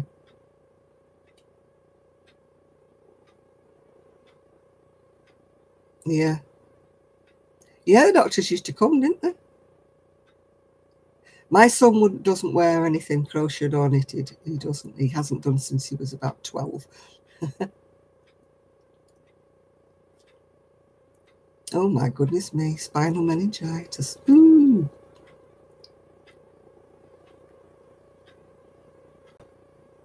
That sounds awful.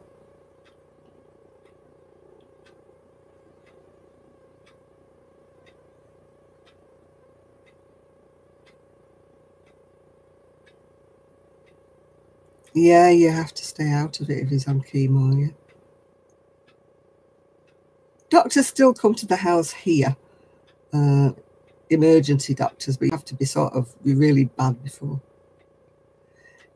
Oh, right, BB. Good night to you, love. I'm glad to have your company. Fibromyalgia has not been properly diagnosed with me yet, Nathan. They keep saying I might have it, I might not. It might be just my arthritis that flares up. So I don't really know if I do or I don't. So I don't like to say I've got it when I don't really know if I do, yeah.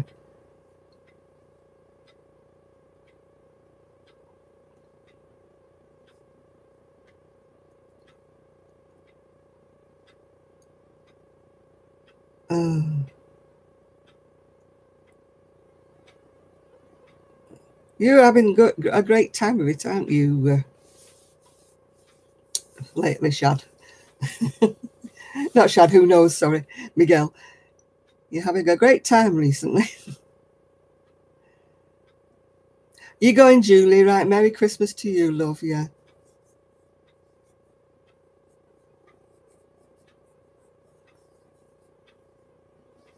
Yeah, I'm a firm believer in living one day at a time, really, because I know it sounds morbid when I say this, but I mean, I never know what tomorrow might bring, do I really? You just got to wake up and be grateful, you know? It's just, it's just one of those things this year. I mean, my ex-husband's got prostate cancer now, and he's going from day to day at the moment till he has his treatment and they find out what's what, you know. But, he was hale and healthy until he found this, and you never know what's around the corner. But I'm not one of these kind of people who frets about these things, if you know what I'm saying. I don't fret. I wonder if I'm going to have a stroke. I wonder if I'm going to have a heart attack. I wonder if this, I wonder if that. I don't think about that, you know. My ex is a couple of years older than me, Donna, so he's 75 in January, yeah.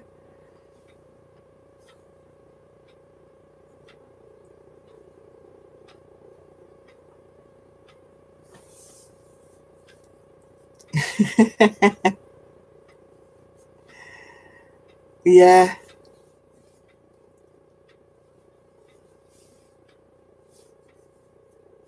No, you can't worry about what might happen, and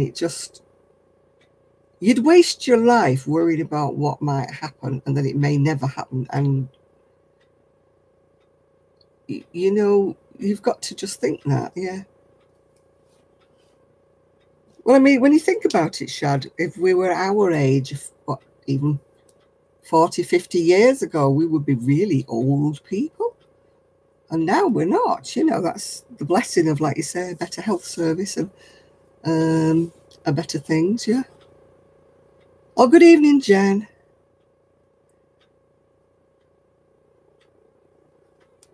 Yeah, that's good, Brandon, yeah. You keep crocheting, my love, yeah. Keeps you out of a lot of trouble.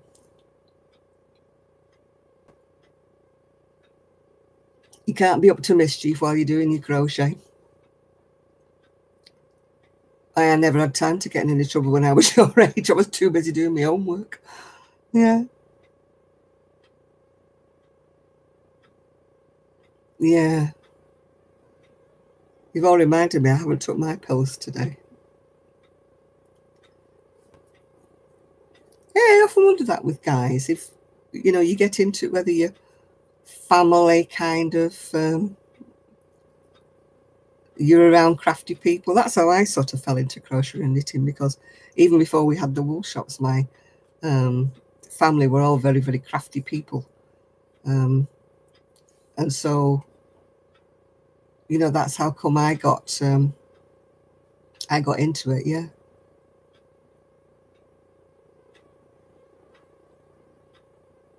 Yeah, you don't have to worry, nature crafts. You just have to take one life, one day, as it comes, yeah.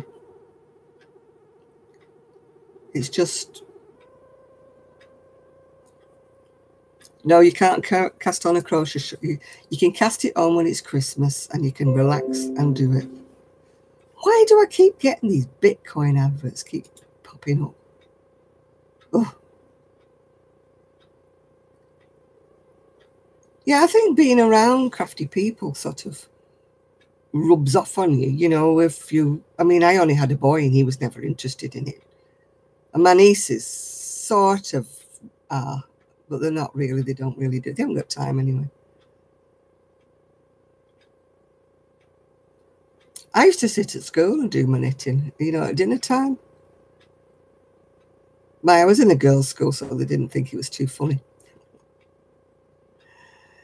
I mean, they used to say to me, oh, you knit like a little granny, all that jazz, and I used to just not take any notice.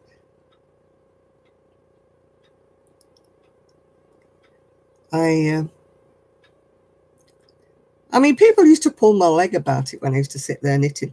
We used to sit in the sunshine on the wall at school, and I used to take my knitting out and do my knitting. And it's funny, but one by one, other girls came and sat next to me, kind of thing, and brought their knitting and everything like that. So from being like me being picked on or whatever, or teased, I'd say, I wouldn't say bullied, I'd say teased. We got to be like a little knitting group sitting on the wall at school, all doing our knitting. And I won't say I started the craze. I just encouraged people to have the courage to bring their knitting to school. And if we got teased, we all got teased together. So, you know, when you're in a group, you just don't, it doesn't bother you as much. You'll just all start giggling or something like that.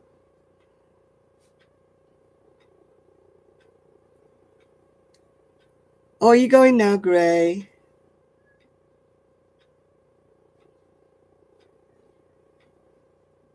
Yeah.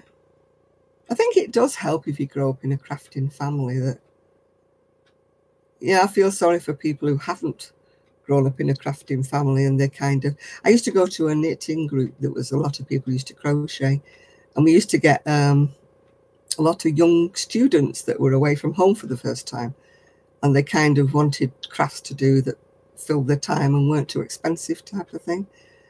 And we taught a lot of people to knit and crochet at the knitting group, yeah. And it gives them a sense of achievement, even if they only make a big scarf with whopping big needles and thick, super thick wool, you know. It's just a sense of achievement when they make their own things, yeah.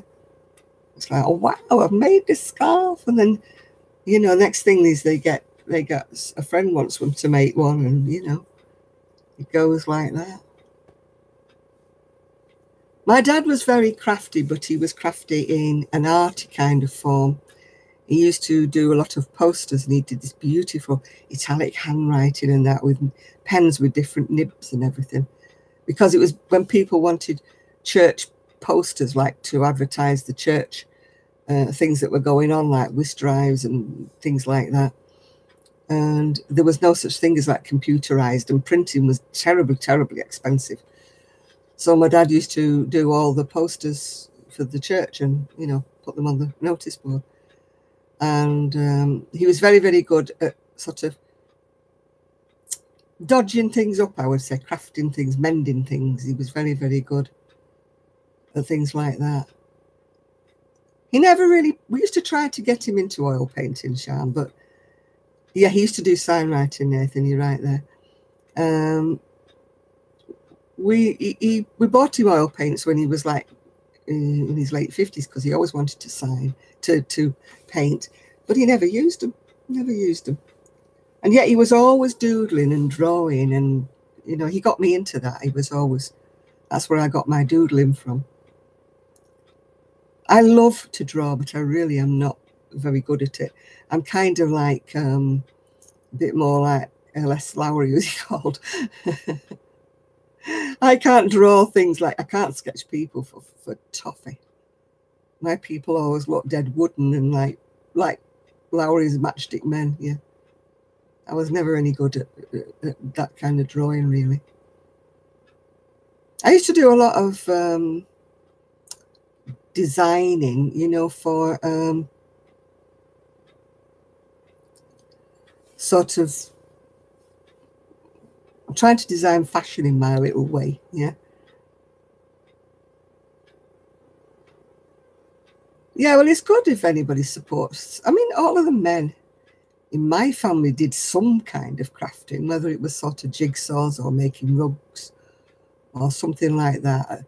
I don't think any of them actually knitted or crocheted, but I had a cousin who used to be a beautiful embroiderer. He used to embroider the denim jackets, you know, for the bike lads. He used to do some fantastic crocheting. Yeah. No, one of my uncles used to do basket making as well, you know, with this so-called this stuff in water, and then he used to weave it into these lovely, beautiful baskets, you know, that ladies used to use for shopping. I mean, now they don't use them, but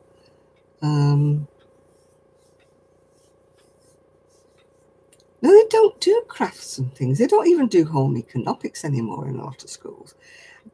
And I really think they should teach, because a lot of people can't even cook an egg, boil an egg or anything, these young ones. They just, everything comes in a packet these days, don't they? And all they do is microwave it.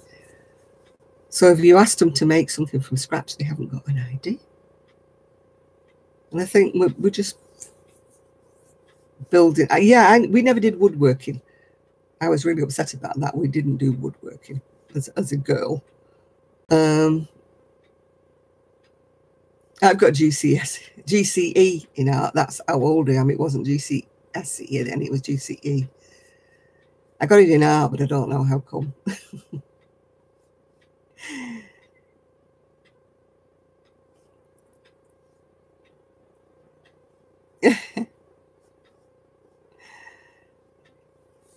Yeah, we did all about we did all about cooking. Don't forget that I was like just born just after the war. So when we did well, they used to call it cookery then, they didn't call it home economics. We were taught how to make the basic things, which is good. You know, like sponges and stews and things like that. We were never taught how to cook a joint of meat or anything like that, because I had no idea how long you put things in.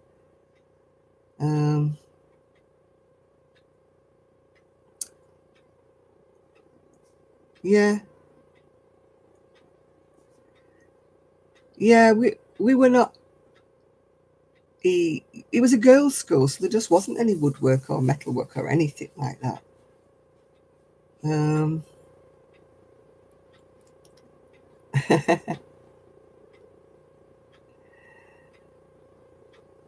You got ACDC for all medical problems. You collect them as you're going along, Shad. I sometimes think I do, yeah. Yeah, we never did. I would have loved to have done that, you know, like pottery, things like that. I would have loved to have done that, but we never did that at our school.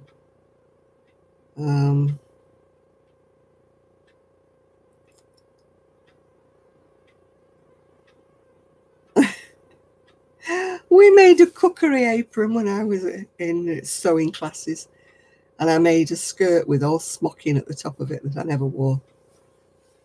It was in gingham, of all things. They chose gingham because it was easy to do the smocking, you know, to get the lines. It was horrible.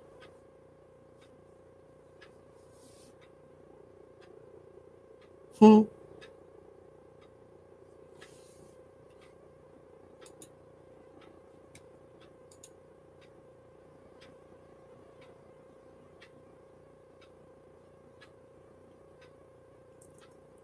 Yeah.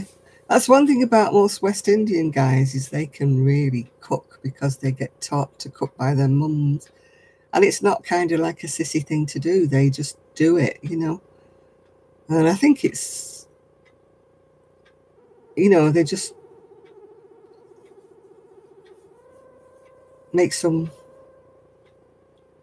they make some lovely cooking things. They can all cook. I've never met a West Indian guy yet who can't rustle up something, you know, in the kitchen.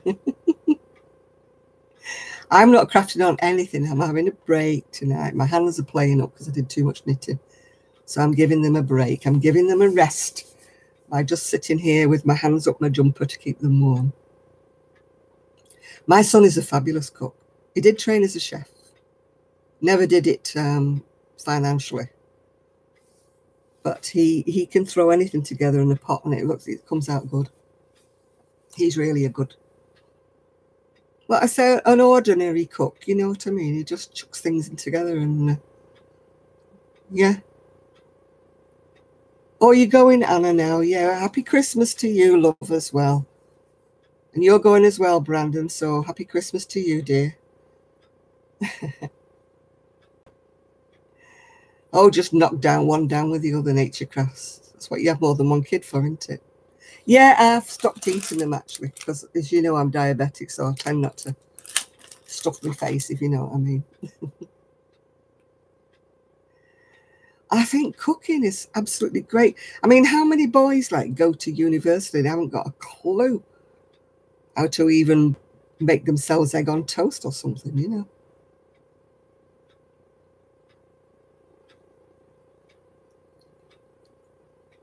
They must starve. I mean, how do you know whenever?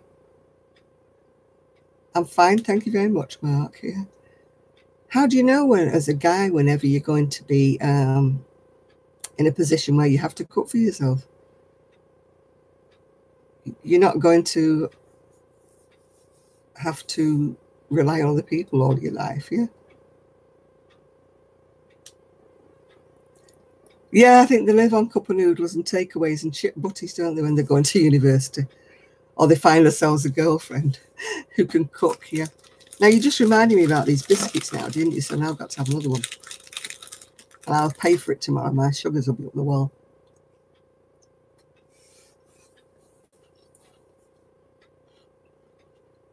Yeah, pot noodles they live on, don't they?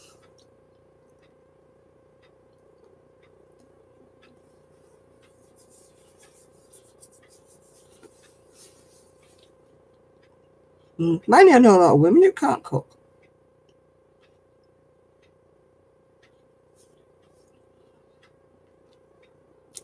What did I have for my supper?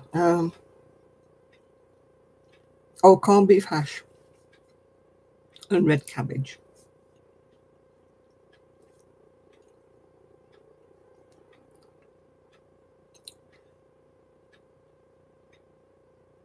You never know when you're going to be left on your own, do you, if you can't cook? I mean, it's so sad when you see some, you know, when there was scare about some baby foods in jars and they were finding bits of glass in and they were recalling them all. And I remember hearing a woman say, but what am I going to feed the baby on now? And I'm thinking, what?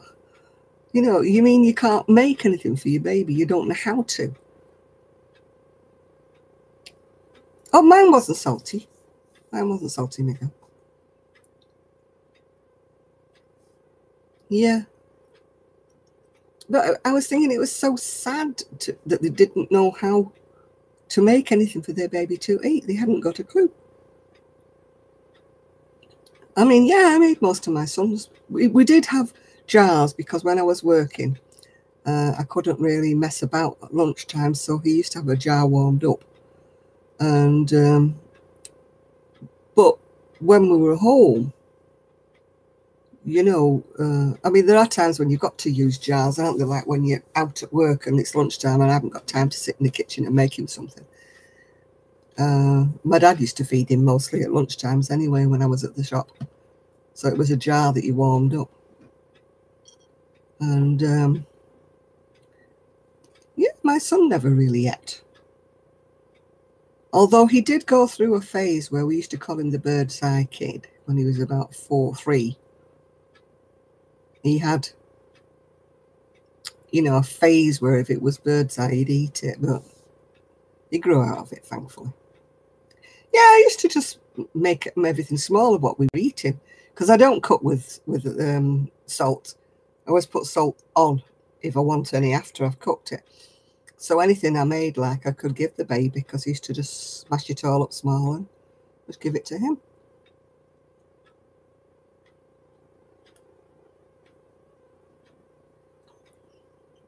I think we've made people.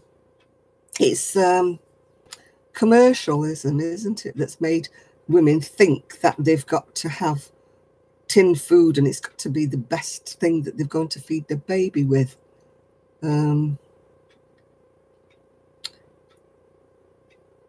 They get told that, oh, it's got extra kind of vitamins in this and that and the other, and it's a load of crap, isn't it, really? Because, you know, if you're cooking well enough, which I used to do when my baby was little, then you just make up things. Yeah. You know, I used to do, they do work on the mother's guilt to sell baby food. It's almost like they're accusing the mother of not feeding them properly and not giving them the right vitamins to make them grow up. You know, this follow-on milk jazz. What on earth is all that? Yeah, why do you buy applesauce? What? Why? Why do people buy stewed apple? Oh. Right, you going, Ian? Yeah? I know it's okay, darling, if you haven't been very chatty. We were just worried about you because you wasn't here last week, yeah? Or the week before. So as long as you're okay, Ian, that's fine. So I hope you have a nice Christmas, Ian, and we'll see you soon. Yeah, exactly. What's wrong with giving him a mashed up banana or cooking an apple? You know, I mean, when our Ian was small, there was no such thing as all this skim milk rubbish. It was all proper milk, and it used to come in a bottle from the milkman, and it used to have cream on the top. You know, it never harmed my son.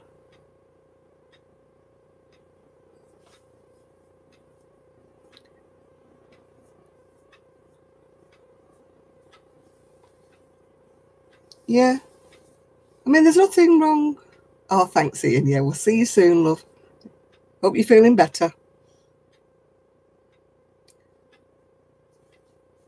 Our Ian was, I won't say he was on solids, but he was on kind of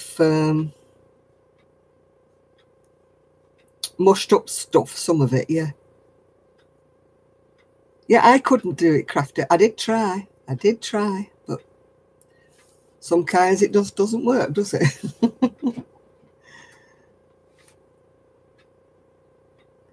Luckily, I wasn't meant to feel guilty because a lot of people did bottle feed when my son was small.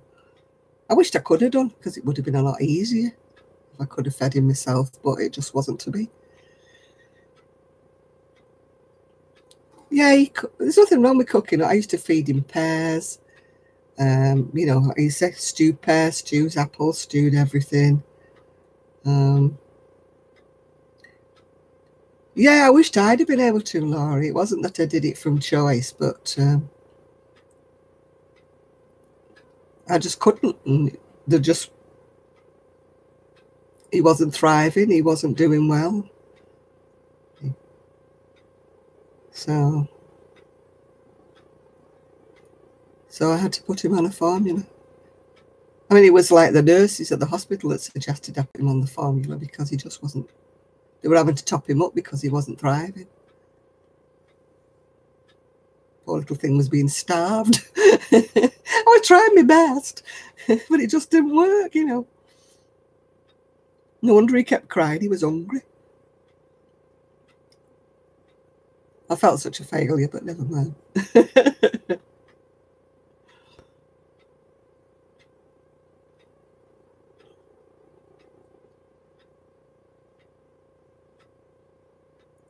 Yeah, I mean, I don't own a food processor now, and I didn't have one when my son was small, purely because we were poor and we didn't have anything like that. So I used to have to mash everything up really small with a masher.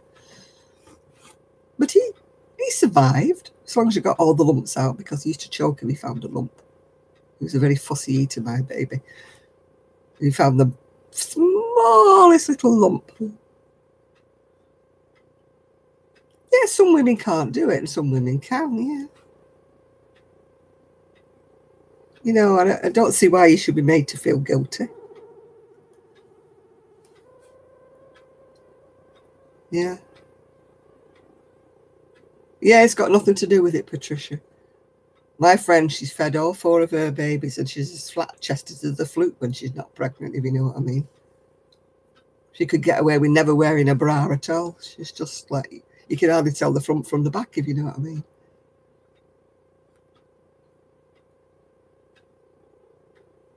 But she managed to feed 4 babies. And you're like, how? What did they feed on? Because there's nothing there. Well, they all thrived.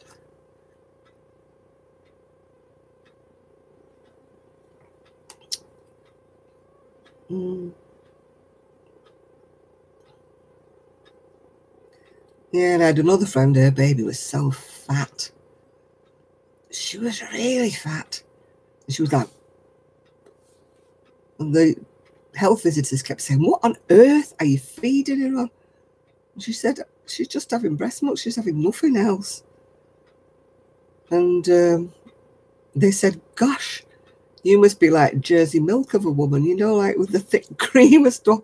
Because she was a fat baby. I mean, really old. And that's all she was. She said, I can't help it. She says, I'm not. Well, I went back to work when my son was 6 weeks old, Sean, so that was another reason why I was glad I wasn't trying to feed him myself. Because when he was crying, it was whoever was free used to stick a bottle in his mouth, you know. Yeah. A bit awkward when you're working in a shop if you're feeding him, you know, walking around with him stuck on you.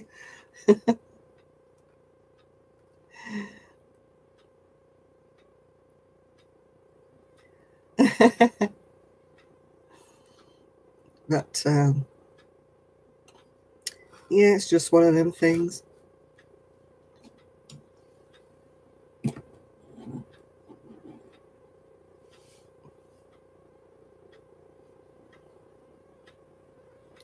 Yeah, I believe it does actually, Shad. Yeah, I believe it does. It's something to do with hormonal changes, isn't it?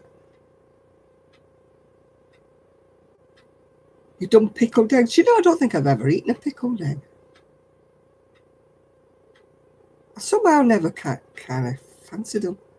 You know, when you see them on bars.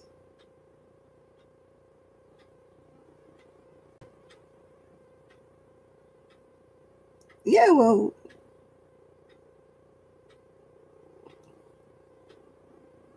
you know, it's some people are not able to give birth normally, if you know what I mean. It's just the way things happen. That's why loads of times in the past you'd hear about people, women dying in childbirth. That was probably because there wasn't cesarean sections, there wasn't other things to help them with.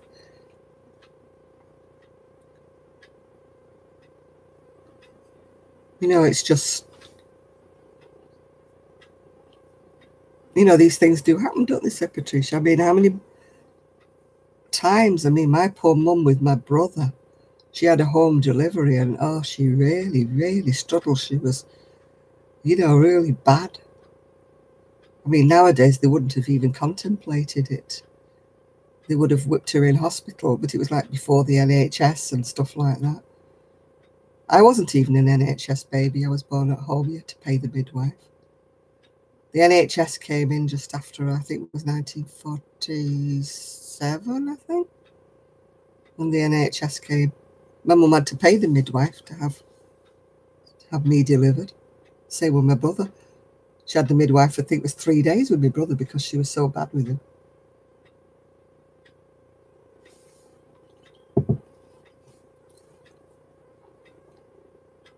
But I was a bigger baby and I came out going, hey, hey, everybody, I'm here. I really think it's bad. When people ask me when they're pregnant and they ask me about my birth, I won't say anything. I'll just say, look, everybody's different. And because you cannot tell any woman who's not had a child what it's like to be in labour. You can't tell them. I know I forgot it today, Shad. I had my hair done, so I let it take it off. And yeah. So I don't believe in telling anybody, who's having a child or expecting a child. People frightened to,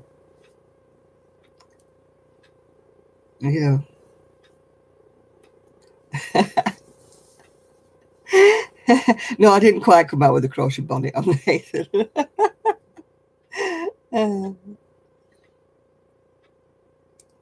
I probably had something knitted on. Yeah, there's no necklace. I didn't have time to run upstairs. I was going upstairs to get one, and the phone rang, so I had to answer the phone. So then I was galloping around you. I'm sorry, I don't know what you're saying, Fatima, because I only speak English. So I don't know what you're saying, love.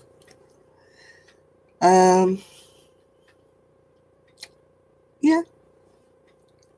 I know I feel undressed without my necklaces on. I do feel naked.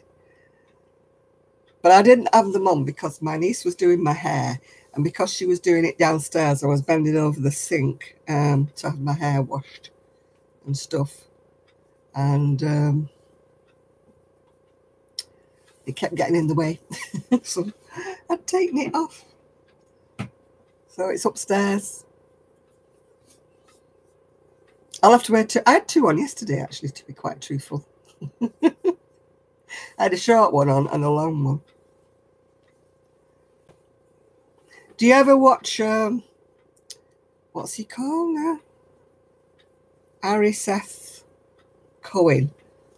He's on Facebook, and he's got a new book coming out. He does these pictures, big books like of women in the older, and men. And this is where I started getting it from. Like they're like what you call coffee table books, and they're just all pictures and that of these women who, mostly New Yorkers and that wear these fantastic clothes, and they're all well over 60, 70, and they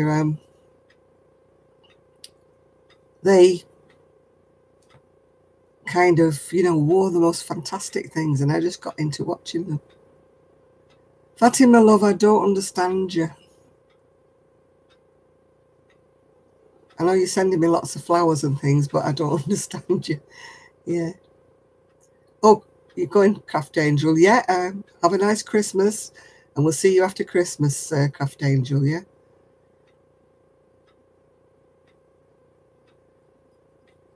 Yeah, I'm not sure, Sean, at the moment, but whether it's just they don't understand us or what, we'll have to see.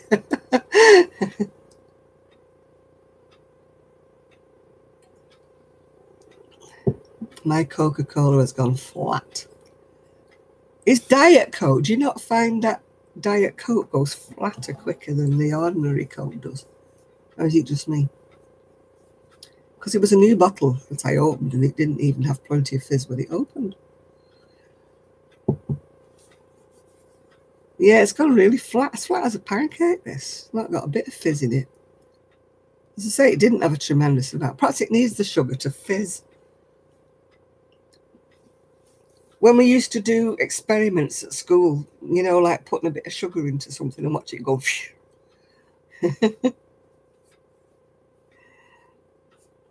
It's probably no sugar, isn't it? If you put a sugar cube in that, it'd probably fizz up like mad.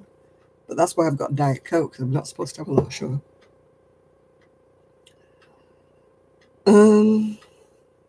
Ooh, Bob Ross. Well, ooh to you, dear, as well.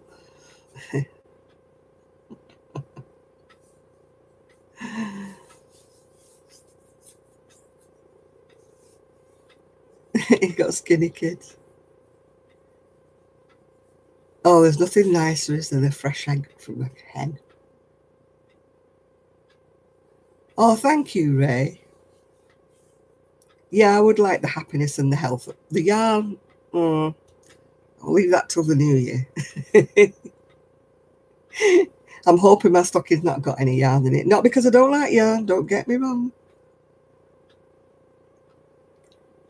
Yeah, when we lived in Wales when I was a child, we used to have hens, and you know, there's nothing nicer, is there, a really fresh egg that's just come from the chicken. I didn't usually say no to free yarn, but I am beginning to say no to everything at the moment, Jenny, because I'm running out of space. And it's just been ridiculous. It's just being greedy, saying that you want more. I need red heart ombre yarn, do I? All right. Yeah, sugar-free candies in my stocking. I have got some sweets, actually. I've got a big box of the Heroes. And I think the trolls are around.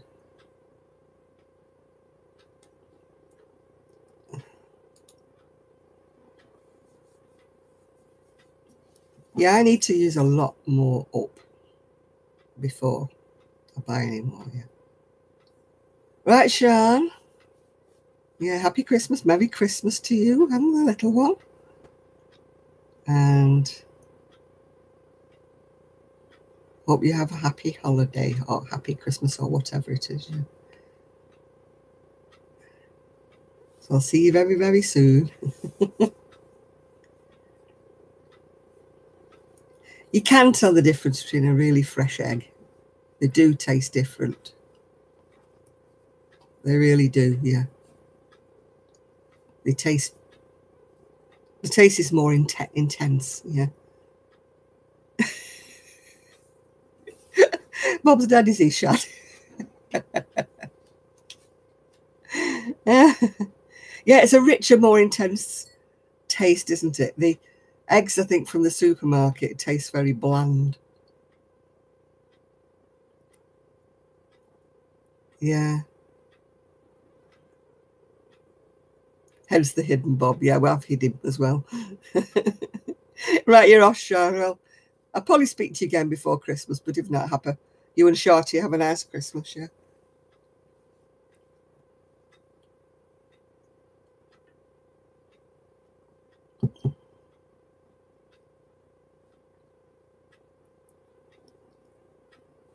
Nighty. Night, night. Whoever's going. Night. Duck eggs, I think I have, but it's in the past I think I've had them. They do sell them at the supermarket, but then again, they wouldn't be fresh. Well, not fresh eggs, yeah.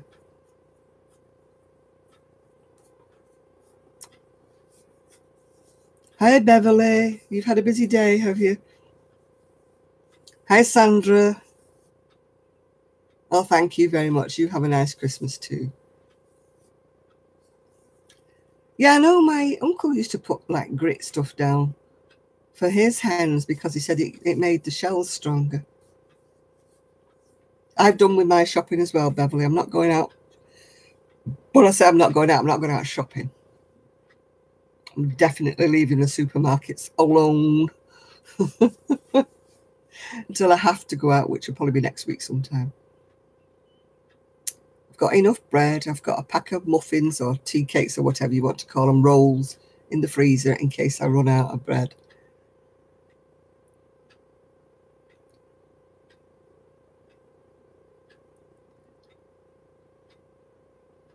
A rainstorm tomorrow. It's been raining here every single evening. It's been raining. I've got a box of chocolate things, you know, like you buy them, assorted chocolates and that. But they'll last me forever because, like I say, I'm diabetic and I'm not supposed to have too many. So I do ration them out. I'm not being silly. I've never had a hypo, touch wood, and I don't want one. So I'm quite...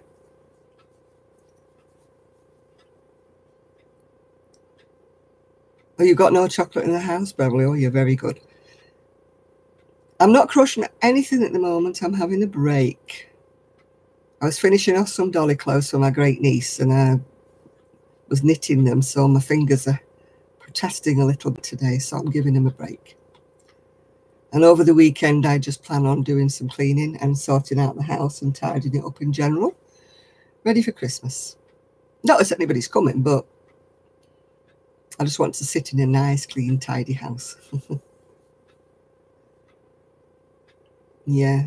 I'll do some crocheting over Christmas, but it won't be anything that I have to do, if you know what I mean.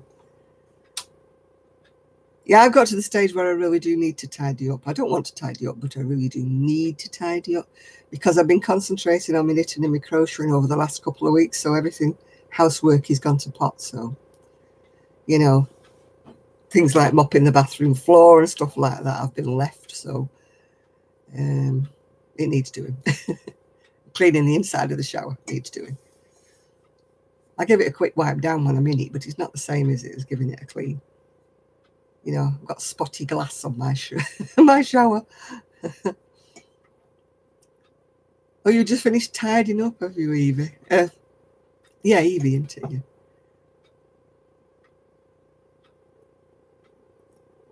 Oh, dear. Oh, you're wiggling your nose so it'll get done, are you? Right, yeah. I've had eggs, hen eggs in the past, occasionally with double yolks, yeah.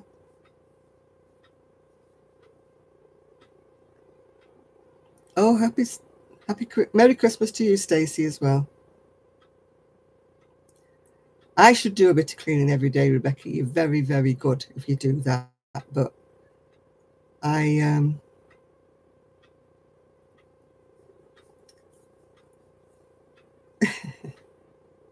my house isn't dirty, Shad, but it's terribly untidy because I've put everything down as I've been just... You've changed your name, Blind Needle, have you? What you changed it to? Oh, you changed it to Blind Needle. You're confusing me now. Hi, Honey Boo. Merry Christmas to you.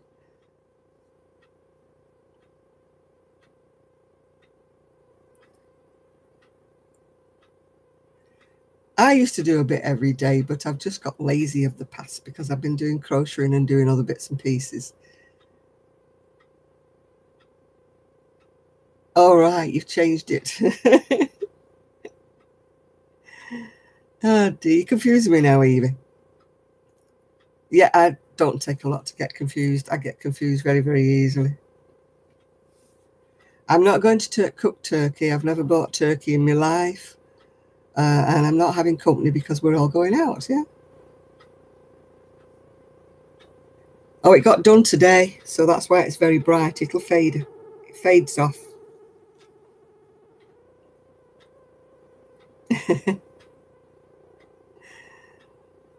You've got to pace your housework as well. Yeah, I did. I hoovered the front room, which was a bit of a mistake because my shoulders are still hurting from the knitting. But having said that, it has to be done, doesn't it? So you can't just use an excuse like my shoulders are hurting, so therefore I can't hoover. I'm having sea bream on Christmas Day because we're going out to an Italian restaurant. Yeah, it does. It fades, Honey Boo. It doesn't last as red as this. It just fades over and goes brown again. Oh, you're going now, Bear, are you?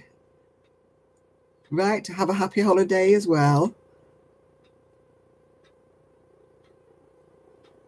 Hope you have a nice weekend, yeah. Yeah, Diana, I only like to crochet when I'm enjoying it, if you know what I mean, yeah.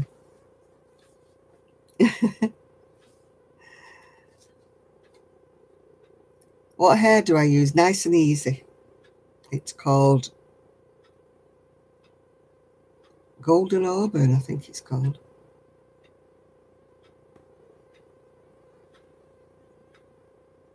Yeah. Well, I was toying with the idea of purple, but my niece said, no, you're more of a redhead than the purple, so we went red instead. Besides which, my daughter-in-law sometimes does her hair purple, I didn't want her to think that I was copying her. So yeah, I watch Kendra, you know, Hoop by Happenstance.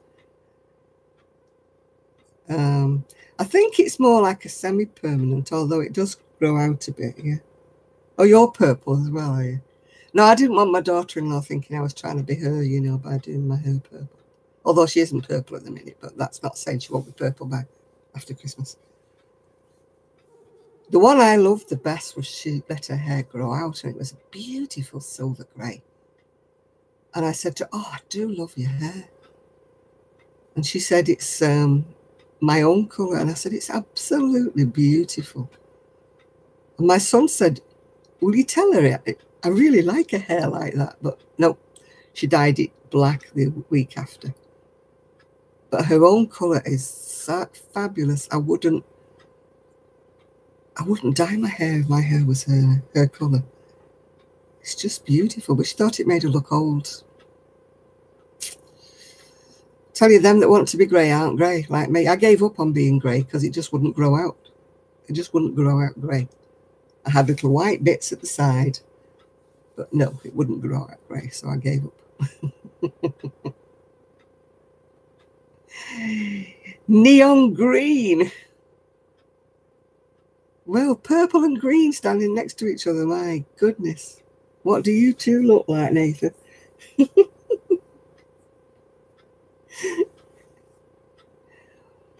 I hope your sons don't have bright coloured hair. Otherwise they'll get in trouble with school. Hi, Ethan. I wouldn't have minded mine was slate grey. It was just, oh, it just wouldn't grow out a nice colour at all. And I said to my niece, I just don't like the colour of it. So she said, right, come on, we're changing it. I just didn't want to do blonde again because blonde was wrecking my hair. It was, it wasn't even salt and pepper, Sandra. It was horrible. It was like really, really dark. And it was dull. That was what I hated the most about it. It wasn't shiny, it was dull. And that's what I didn't like the most. It was just like there was no shine to it. It was just like dead hair.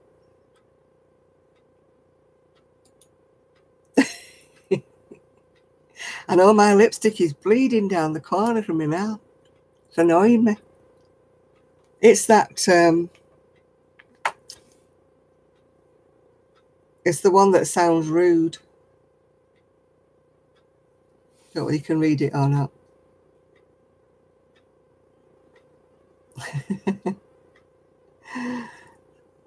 It sounds rude.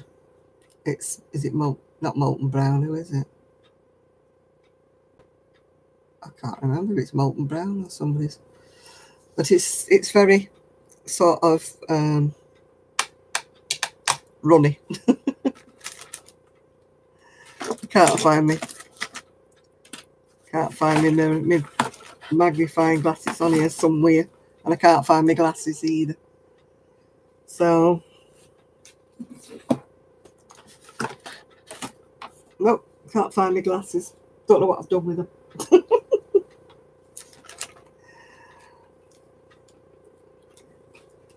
My sister-in-law is a beautiful pale grey. Oh, you don't have any hair? Oh, you don't have any lips? Because I was looking for the colour of my lipstick and I can't find. I can find my sunglasses, but they're not much good, are they? And guess what? Where my chocolate fingers have just finished up? On the floor, because I've just dropped them on. Well, that's funny. I can't even find my glasses. I'll find my sunglasses, but that's not a lot of use, is it?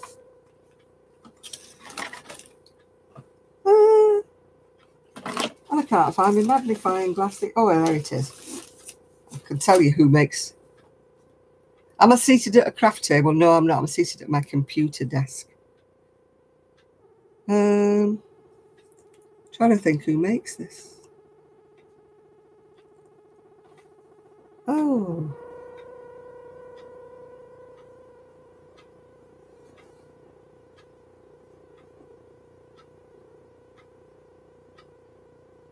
Is it Soap and Glory?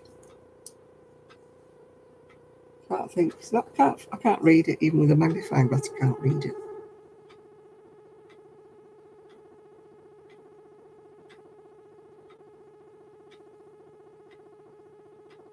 Nope, can't read it.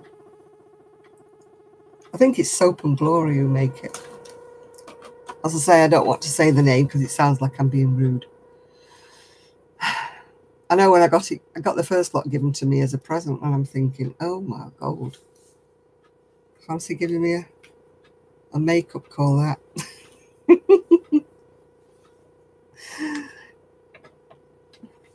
Maybe it tells me on this one. You dye yours grey, do you? Let me see. I think it's Soap and Glory.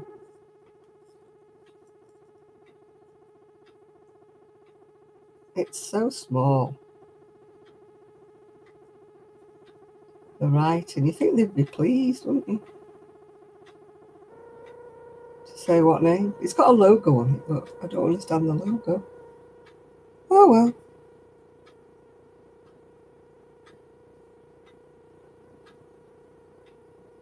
It is Soap and Glory. I've just found it.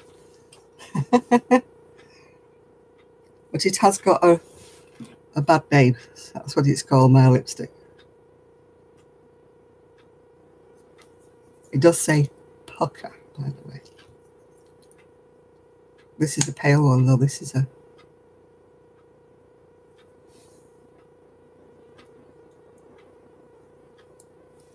It makes your lips go when you have it on.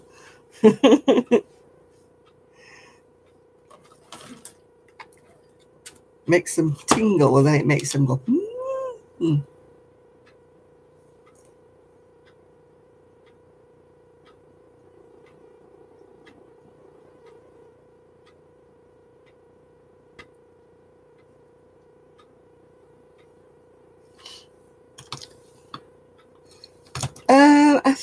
I think they're sort of lip glosses, but they make your mouth go and they give you bigger lips because they make your mouth tingle like that when you put them on. Because obviously I don't want fillers. Oh, thank you, Rebecca. You're going to New York. Oh, great. Yeah, I've got tingly lips now.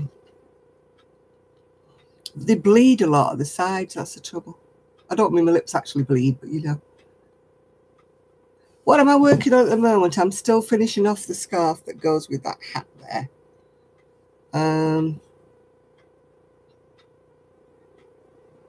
No, I haven't done that one, Miguel. No, haven't one. Kelly always laughs at me because I always have one roller on the front of my hair because my fringe, left to its own devices, it goes like hat hair. So it goes like that and flicks outwards instead of inwards. So, oh, it's definitely gone. I can feel it going on my... The first time I put it on, the first one I got bought for me, I put it on and I'm like, oh, what's happening? It's just like you've eaten something really fiery, you know, and it makes your mouth go All right, Jenny. Yeah, you have a good Christmas too, love.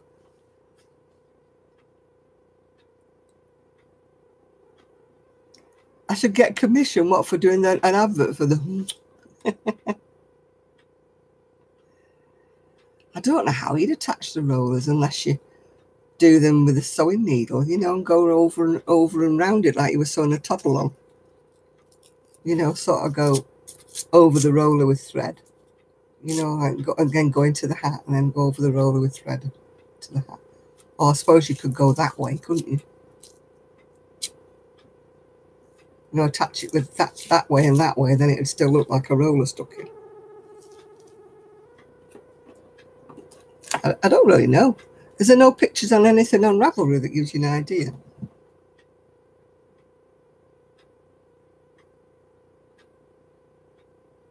Ah. Oh, I've got tingly lips now. They're going, On the end of my tongue, I must have put lipstick on my tongue because the end of my tongue's tingling. You know, like you've eaten something really hot. Yeah, good night, Beverly. Oh, they haven't helped you. Oh, have you ever tried sewing with that invisible thread, Nathan? A bobbin of that nearly absolutely ruined my Hoover because I had my sewing box and the invisible thread must have been coming out and it must have sucked it up in the Hoover and it was winding it round the roller. But of course I didn't see it because it was being invisible thread. So it took me ages to unwind it from round the roller and oh.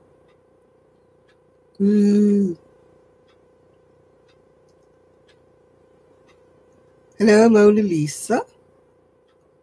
You on leave from the Louvre? My name is Jan.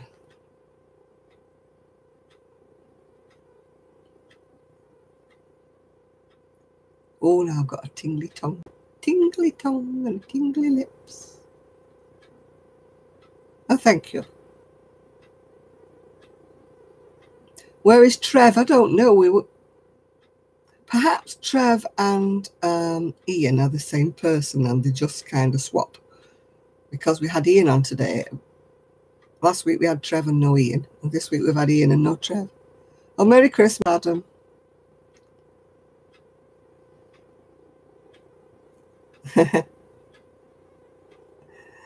He'll be bar hopping. Yeah, it's getting near to Christmas, isn't it, for Trev? He'll have his friends round again, you know what he's like.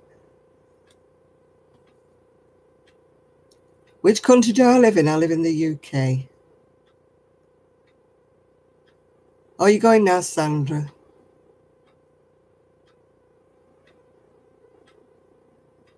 Good night to you. You're playing name games? What's that? What is it?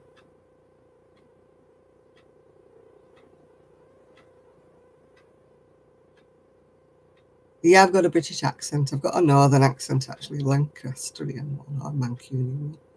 Although I'm not from Manchester, so it's not. You live in Canada.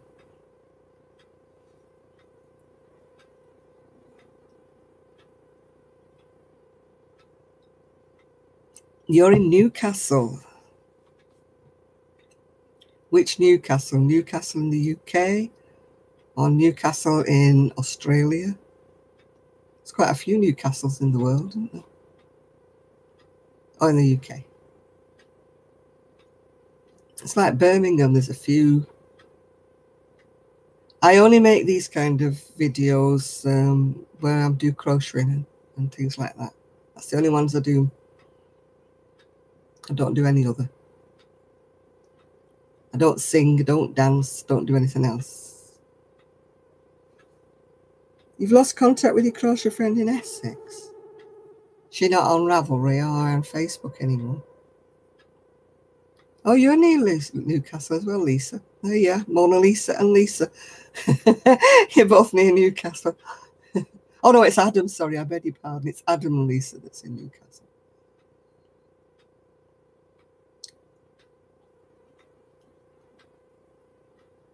Does she not do videos, Miguel? Or do you not know her? She's on Facebook anymore? Or you not know her email address?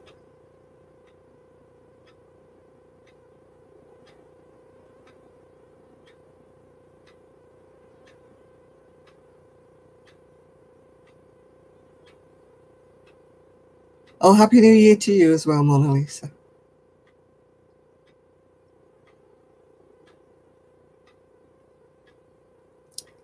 Oh, I've still got a tingling tongue. Ooh. Oh, it's gone red. I've got a tingling tongue without any alcohol. Well, it's really strange. I must have put lipstick on my tongue.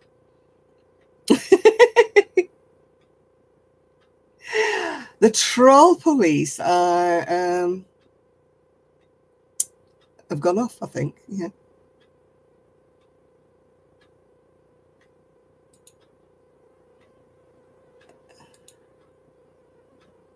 Troll police are here now.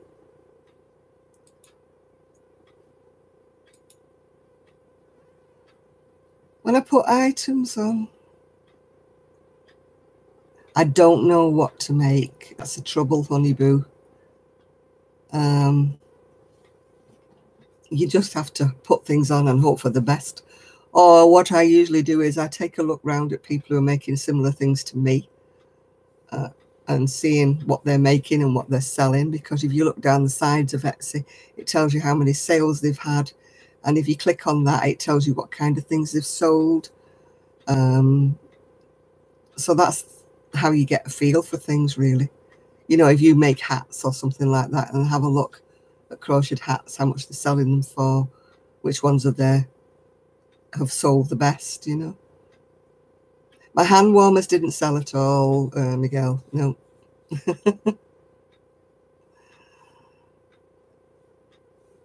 Yeah. You never know what's going to sell. You just hope for the best, yeah. Well, good night, Lynn. I'm hoping I'm going to enjoy my meal. It certainly won't be a Christmas meal, but it'll be different.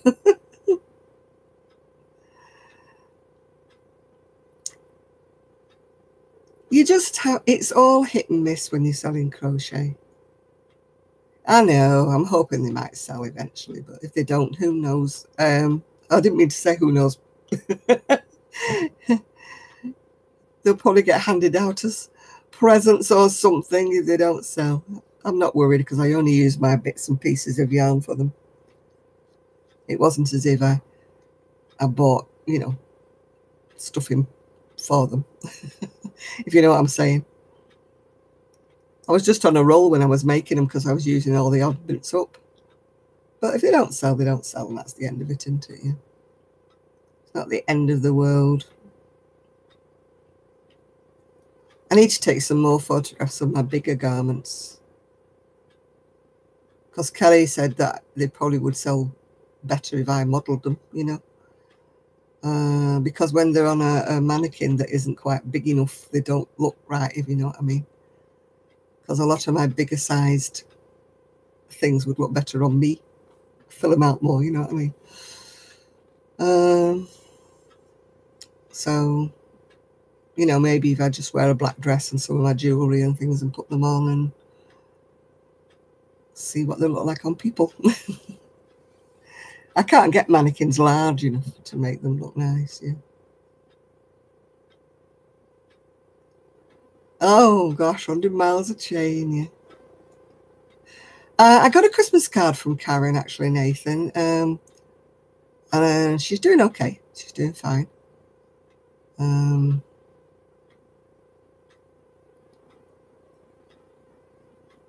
Yeah, granny square ponchos. I've still got a granny square shawl to stitch, well, to crochet together.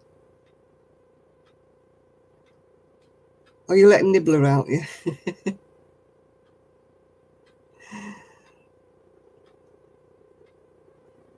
Yeah, you've got to do chain before you start anything else, yeah. I find the best thing to teach young ones with is a fairly biggish hook and nice chunky yarn, because they don't get so disillusioned then, you know. But when they're making something with a really thick yarn and thick needle, you know, they can see the rows growing, and it just gives them like something to aim for, if you know what I mean. Whereas if you give them a little hook and fine yarn, you know, they get disillusioned like I did when I first started. My mother gave me some like fingering the 3mm hook. I'm thinking, this is too thin.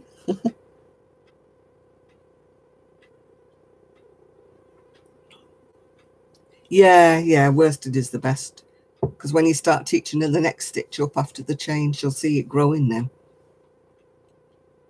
You know, put her a few chain, get her to do a few chain and, you know, do like a narrow scarf. It also teaches her how to keep the edges straight as well, which is something that most people find very, very difficult when they're beginning. You know, you either go like that, don't you, or like that when you're crocheting, yeah. I used to teach people to put like about 10 stitches on, and then every row make sure you still got 10, you know. And that's how, you know, you start managing to keep your edges straight. But I don't like teaching people because I have done in the past, but I crochet to my own devices. In fact, I don't leave the first chain of the row because I don't like that hole. I know that my sides sort of go in and out, in and out, in and out a bit because I crochet into the first stitch of the row, and I don't crochet into the end chain. I just crochet into the end stitch.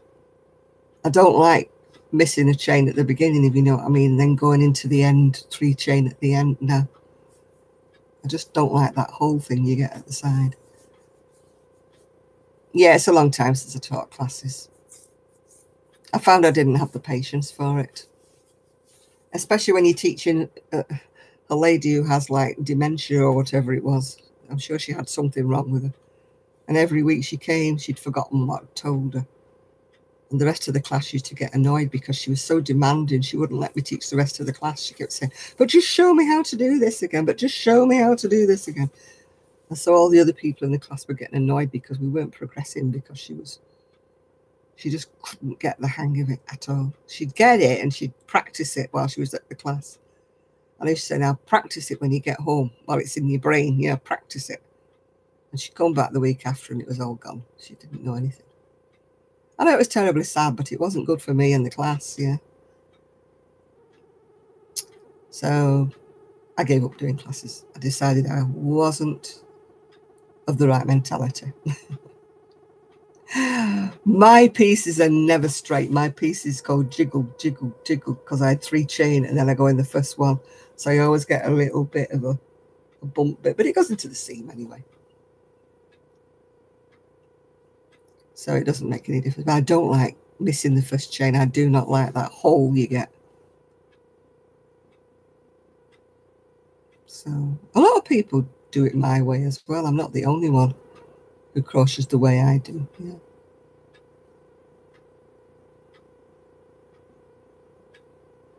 And I just hate that hole. You can definitely see a hole at the side when you miss the first chain. And then you have to go into the top of the turning chain. You can't get your hook in. Gets on my nerves that way. So I don't bother going into the turning chain.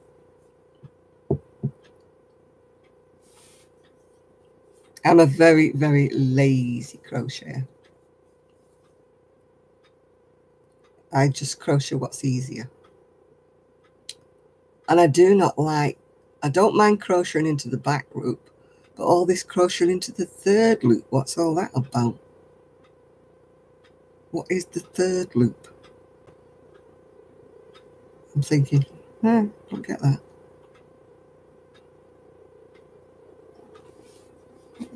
Oh, hello to you, whoever.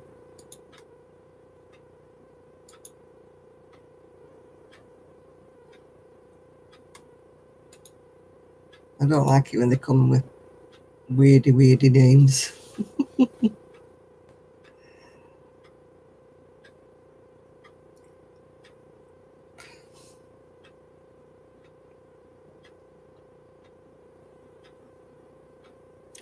Does it look all right, though? I find that sometimes the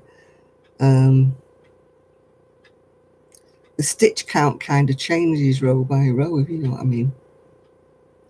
I've taken things back and taken things back only to realize that I was doing it right. And then the row after, you go back to the original. Yeah, I don't know. There was a pattern I was doing. It's like crocheting to the third loop. And it does make like a chain along the right side, you know, like the whole chain goes along the right side.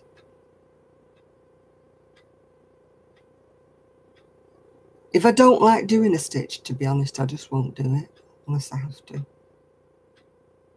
I know it does look really nice, Michelle, but I just don't like doing the. I wish it was 51 degrees here. Blooming freezing. Well, it's not freezing, it's raining. But the problem is if it starts going icy, it'll turn all that rain into ice. You know, if it starts going really cold, and that's dangerous.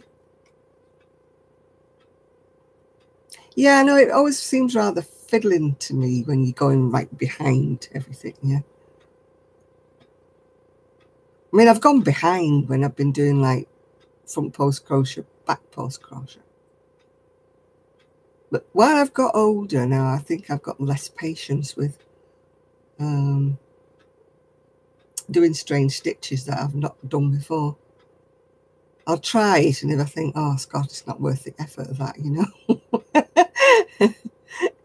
It's too much hassle. I think, no, I'm not doing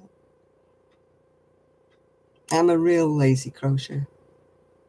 At one time, I wouldn't let a pattern beat me. I was like, nope, I'll get this. I'll master this. It's not going to beat me. I'd stick there and I'd be, yep, doing it. But now I think, no, it's annoying me. I've only done one row.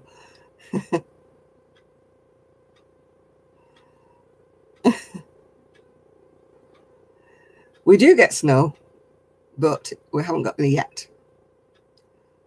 Our snow usually comes after Christmas, so we do get some before.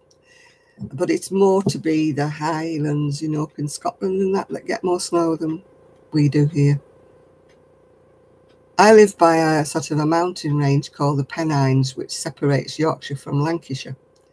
And the Pennines is the reason why we get so much rain, because apparently like the weather hits these rains and it comes down, but it also shields us from a lot of the snow.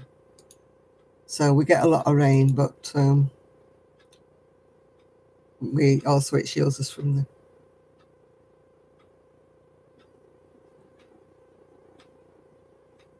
Oh my goodness me. Popcorns. Oh, I hate doing them things. Oh.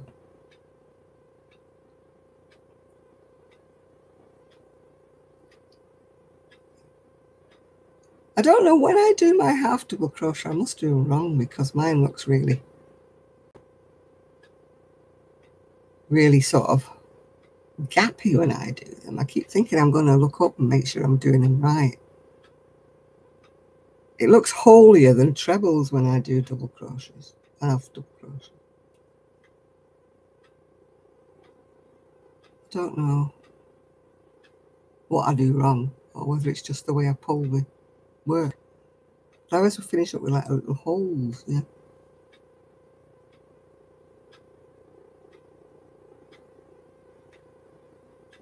Because I was like,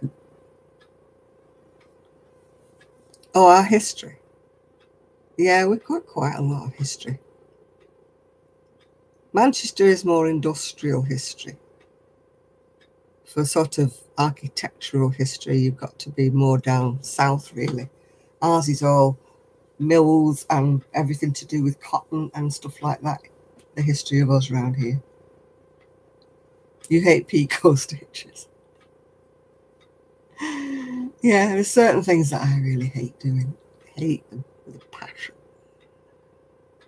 I'm not keen on doing that, what do you call it? Not dragon stitch, crocodile stitch. I'm not keen on doing that. I've done it, but I'm not keen on it.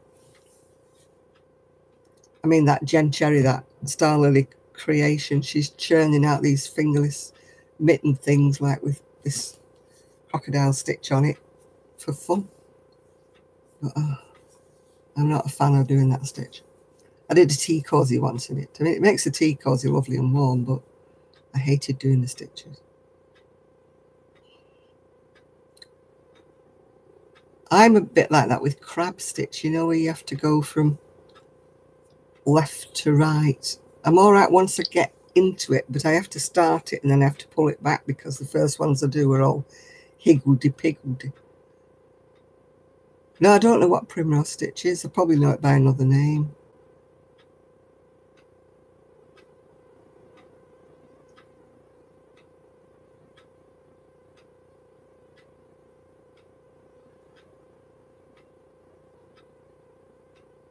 So I don't know.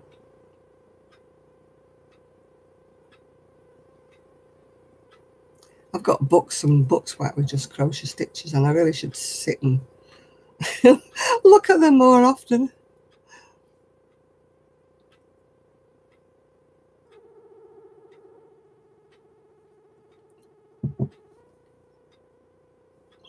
Oh, Oh, bobbles do, don't they? Bobbles eat up. And that Bavarian crochet, that what they call the yarn eater blanket, God, it uses up tons of wool. Yeah, the pineapple stitches are nice. I like the shawls made of that. Yeah, what I would like to start over Christmas, maybe in the new year, is that you know, that bright colours I got to do that what you call Frida Kahlo cardigan.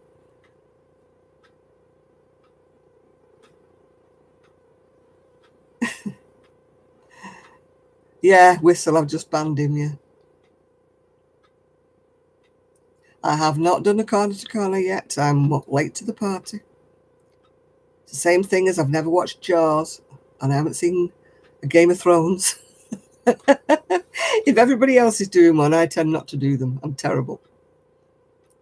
It took me ages to make a virus shawl because everybody was making virus shawls. And I'm like anti, you know, I don't like doing things everybody's making. I like to be more individual than that. So that's why I probably haven't started corner to corner. Kelly's done them. Kelly's done corner to corner. No, I haven't watched Game of Thrones, nothing. Hi, James.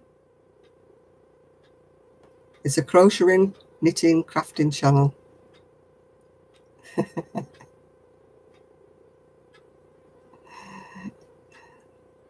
You were being sarcastic with your posh dish.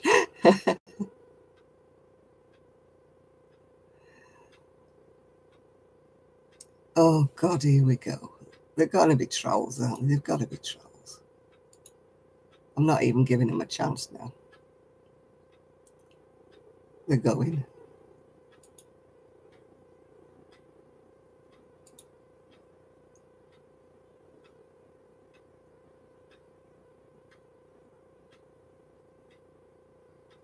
Yeah, they're all going, Nathan. Bam, bam, bam.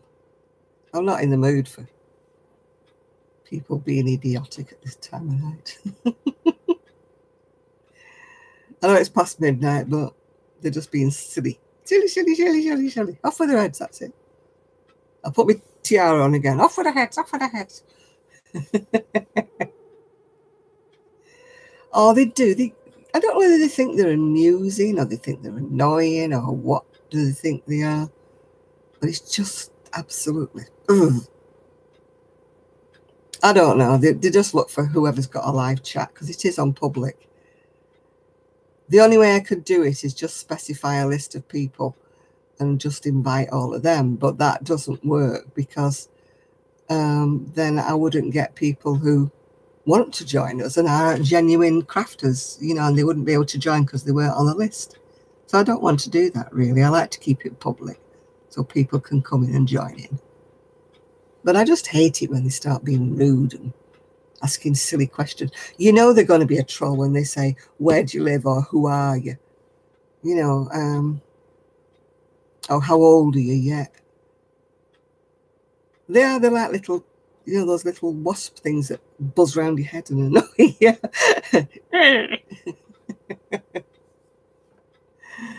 Yeah. Oh, I hate when they start profanities. That's just not nice at all.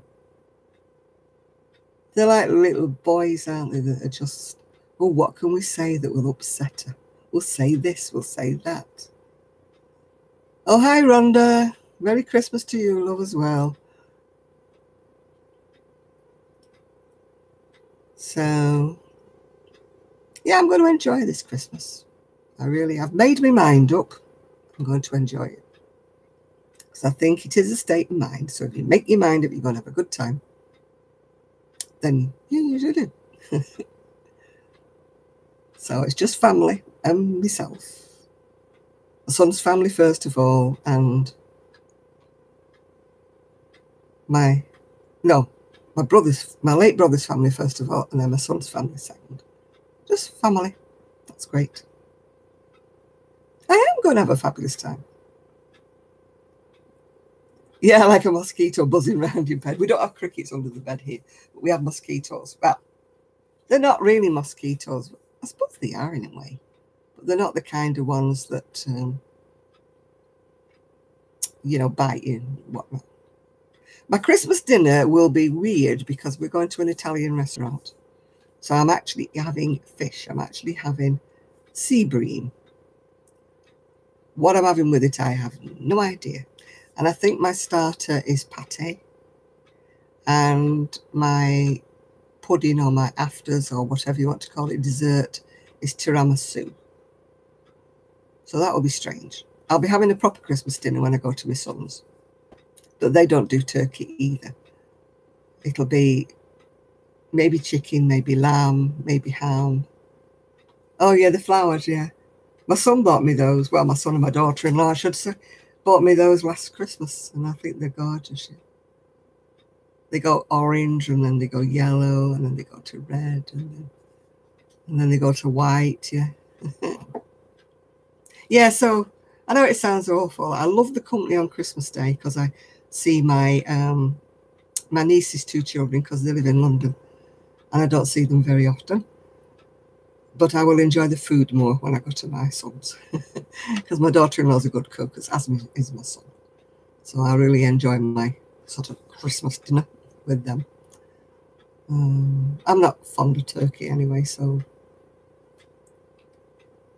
it doesn't bother me that I'm not having turkey, if you know what I mean. I've got a turkey roll thing in the freezer. You know, those little tiny joints, they're about that big. Turkey breast, like a roll it is. With a roll it, don't really put stuff in with it. So if I want turkey, I can cook that from out the freezer.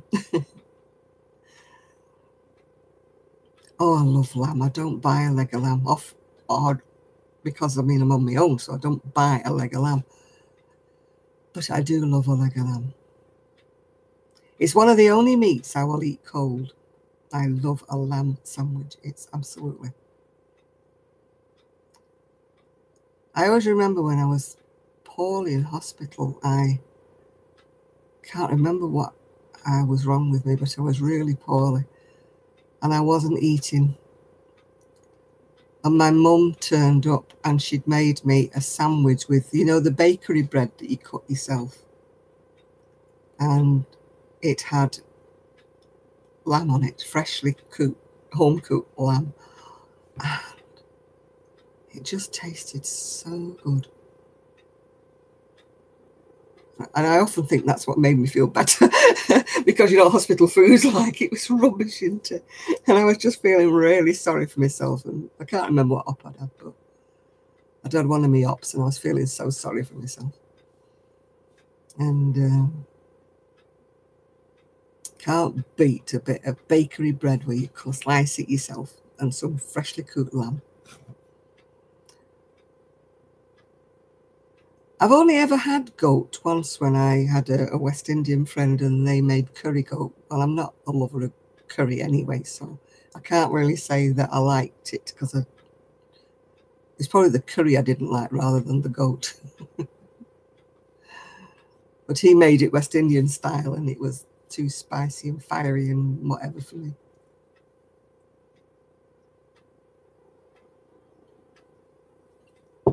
Plus it's expensive as well. It wasn't too bad, this, Patricia, because he'd done it with, he slow cooked it, you know. But as I say, he'd curried it, so the spices and that were too much for me. It's difficult to get goat round here. You have to go to the West Indian shops or to the halal shops to get goat. There's quite a lot of halal shops down by where Kelly lives, because she lives right in the heart of where they sell all that sort of stuff. But it's not something that you get in Tesco. It's like rabbit and stuff. You don't get rabbit in Tesco or anything like that. I must have had mutton when I was young, yes. I probably thought it was lamb stew because, you know, if you cook it slowly, mutton does taste kind of like lamb. So yes, I must have had mutton. But it has to be slow cooked because obviously it's an old sheep, isn't it? It's like I used to tripe. I've eaten tripe. I've eaten pigeons. But then we stopped eating pigeons when there was the myxomatosis, you know, with the, and all the rabbits and things were dying, and the pigeons, so I stopped eating pigeons then. There used to be wild pigeons we used to eat and put them in a pie. Yeah. Oh, thank you, Shad. Yeah. I'm glad we made your holiday because I know you've not been feeling too good, yeah. Oh, the pigeons that we see now are dirty birds, but I'm talking about wood pigeons and that, you know, when I lived in the country. Pigeon has a stronger taste. I can't say it's like chicken because it's not. It's a strong taste.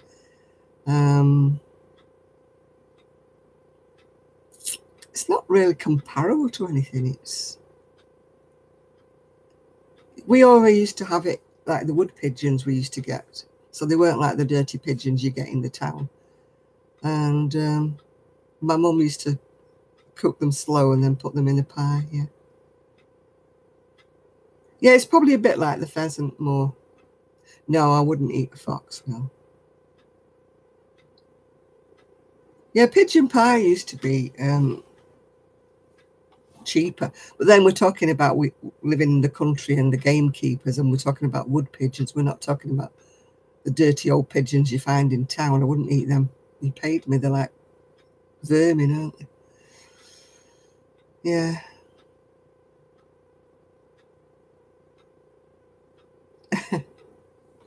Oh, the hat. I haven't finished the scarf yet. Yeah, I haven't finished it. No. It's the same with rabbit. We used to eat wild rabbit when we were in the country, like.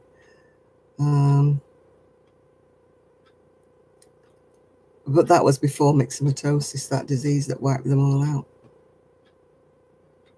Oh, I don't think I want to eat a snake, no. You could just do with a dirty pigeon. Sure you wouldn't, Nathan. Yeah, it is a bit of a stronger taste than chicken. The only thing with rabbit is it's got a lot of bones in it. I used to make a lovely rabbit stew. It was a lot cheaper, you know, than chicken at the time. You could buy rabbit because nobody wanted to buy rabbit. But it had so many bones in it. Venison I don't like at all. I've tried it and I don't like it. It's a really strong taste, venison. I'm not keen.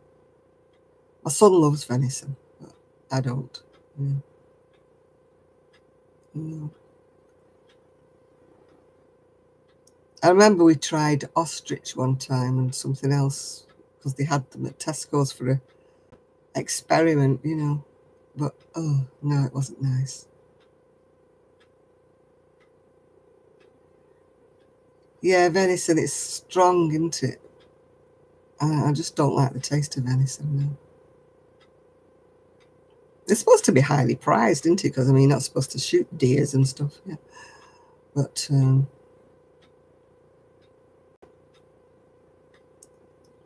yeah. I mean, I've never cooked it. Never cooked it. It's the same with veal. I won't eat veal because of the fact it's like the baby cows and that. I'm not a squeamish and I'm not a vegetarian, but I somehow don't like the thought of veal.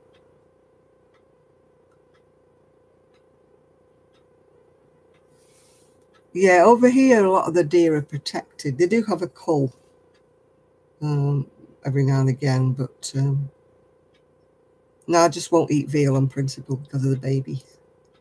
It's funny though, because I eat lamb, don't I? So I don't know why I'm so screamy about a baby cow, but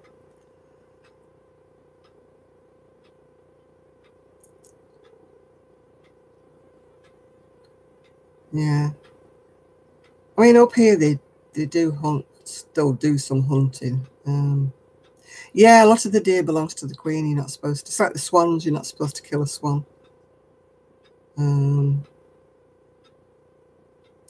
I don't know, Nathan. I thought veal was babies, you know, tiny baby cows, but they get slaughtered. They don't even have a chance to grow up. Yeah. That's why it's so tender because it's not gone. They've not been out in the field and stuff like that. That's why I don't like the principle of what they do. It's like, I do eat pate, but I just don't like the fact that they stuff things to make the pate.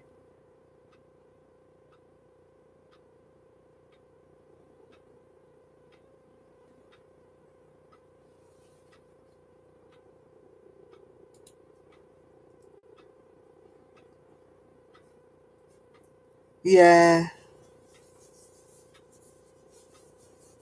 Yeah, it's a male baby, isn't it? And I just don't like the thought of them being killed that way just because they're no use.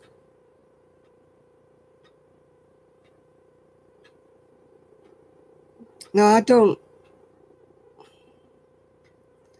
Hunting things like that has never appealed to me, and I hate fox hunting with a passion. If you've got to cull the foxes, do it in a humane manner. Don't chase the poor little buggers and get them ripped apart by the hounds. I just hate the thought of that, fox hunting. I mean, it's still blood sport, and I just don't like it. I can understand people in certain cultures who have to hunt because they need it to survive, you know, when they have to go out and eat. But they just hunt because they want to eat it. They don't hunt for sport, yeah? I just don't see the fact that you should just hunt for sport. It's like these people who kill the lions and the tigers and the things like that. No, they shouldn't be doing that. It's not fun. It's not big. It's not clever. It's just, if you have to eat and you're a tribe and the only way that you can eat is you go and kill something, that I can understand. But that is like what you call a natural progression of evolution, isn't it? If you only kill enough to eat, yeah.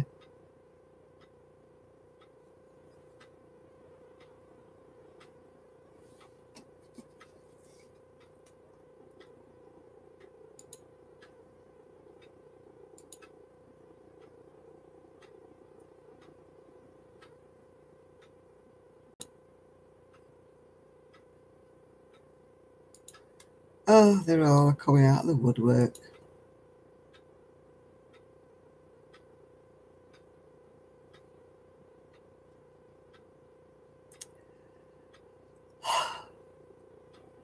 Exactly. I think the only time you should shoot something like a lion or a tiger, if it's coming at you and it's going to kill you, then I can understand you going and killing the damn thing. But no, not to go out and stalk it and hunt it. And no, no, I can't understand it at all.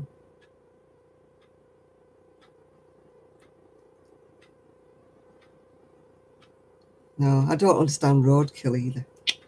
Because you don't know unless you've actually knocked it over by accident. I don't think I want to eat anything that's by the side of the road. You don't know how long it's been there. Could be full of maggots and all sorts.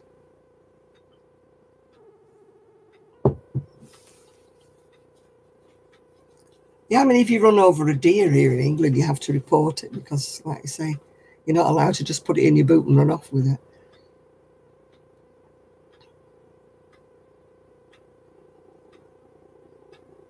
Yeah, I suppose there is that about. It's like the badger cup.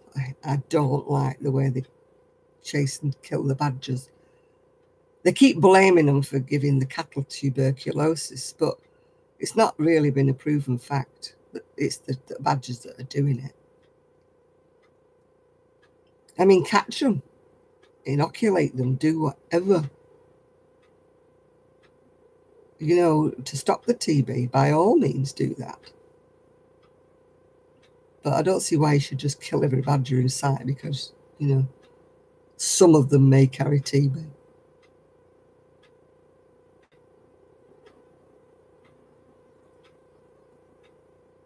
Yeah, I just don't hold with hunting really at all. I mean, people who are fishing, I mean, unless you need it to eat, then you put the fish back, don't you, really? That's it, yeah. Oh, hello, the oddies are out again.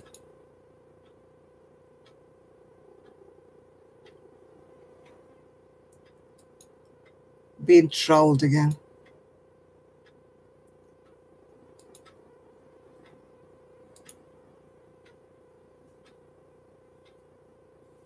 Yeah, I'm trying my best here to...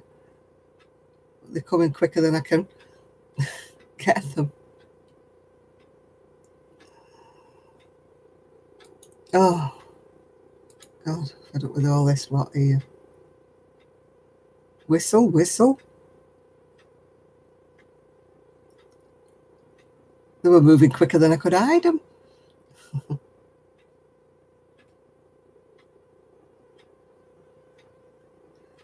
Whistle came from Sean. It was like her way of saying, shall I boot them off the channel? It was like, whistle, whistle. Yeah. Looking for a mummy, well, they're looking in the wrong place. Yeah. Yeah, Sean just said, if you need me, whistle. Yeah, so that's where it came from. So everybody started typing, whistle, whistle, when somebody rude or troll came on. Sean, whistle.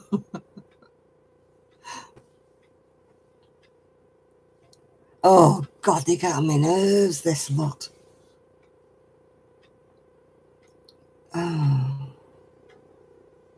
It's when they all come from, you know, they come over in a group, you know. So now I just delete other people that may not be a troll, but just because I don't recognize them and I just don't know them. Oh, they don't just happen at Christmas, Nathan. I wish they did. No, I don't sew at all. Only buttons. And I sew buttons on. That's all I do. Oh, dear. Oh. Yeah, I was sewing buttons on today. Sewed them on me. I put pictures of... yeah, send the trolls out with the wild hogs. They can do that, can't they? Yeah. No, unless you need the fish to eat, I think you should put them back, you know. Don't just, you know, kind of take a picture of them saying, oh, look at me, aren't I clever? I've caught this big, big fish. And then you don't even eat the darn thing, you know. Put it back. Yeah, you've had the thrill of catching it. You've had it videotaped. You've had a picture taken with it. Put it back in the water. Oh, I do sew seams up, but I hate sewing seams up. Oh, that sweater that Kelly made for my niece. There wasn't a seam on it. She did it all on circulars. I'm so impressed. Honestly. I can't get over it. She was such a lovely knitter. She's making me a pair of fingerless mitts. She had a pair on herself when she came. And they were so fantastic. They had a lacy pattern all down the front of them like that. And they were so fine. It was, oh, they were gorgeous. And she said, try them on. And I said, oh, I said, they're gorgeous. She said, I'll make you a pair. And I thought, oh my goodness. My bent finger. The bent fingers, the bending with the arthritis. Oh, it's really bent, that one. It got broken in a car door. No, I didn't, Miguel. That's one that's on my sort of New Year's revolution list, is to get them finished. I've decided I think I'd be better off hand sewing them. I think that's what it is, really. Maybe I'll do them over Christmas. Maybe that'll be something I can do while I'm watching some TV. Because I got a couple of DVDs for my Christmas, for my birthday, that I haven't watched deliberately, just in case there's nothing on the TV that I want to watch. And also one of my New Year's resolutions is to catch up on YouTube videos that I haven't watched. Because there's so many, and everybody did this Vlogtober and whatever it is for December, and I'm so behind with everything.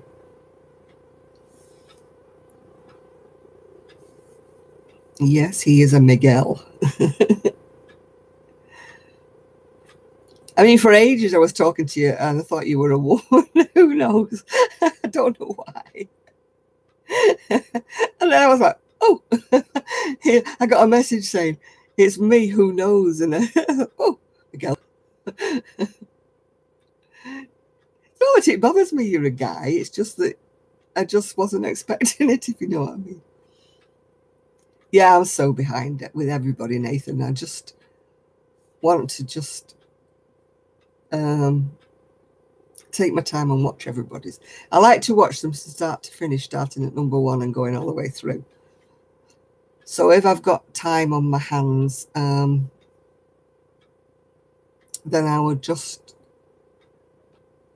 you know, watch them in order and pick somebody for each day kind of thing, watch them all the way through.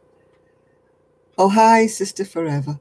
Because I've got a Kindle now, so I can actually watch them on my Kindle. Yay!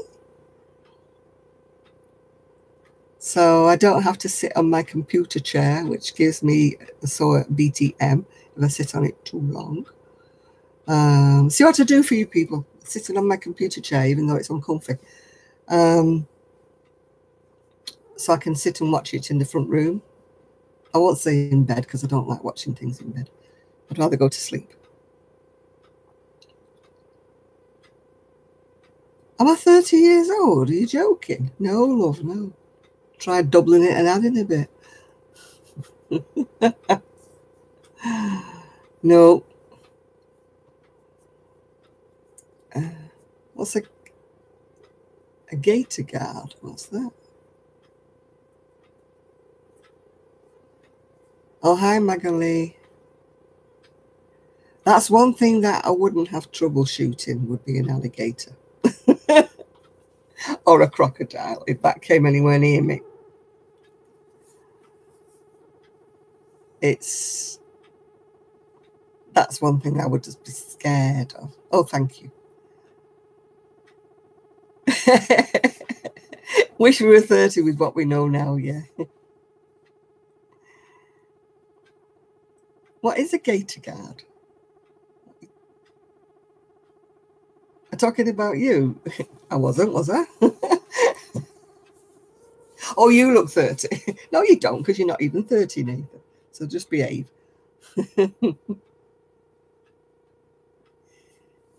Oh, a gator guard is a fish that would snap your pole. See, we don't have them over here. I don't think we do, except in zoos. Oh, are you really? You look so much younger than that, Nathan.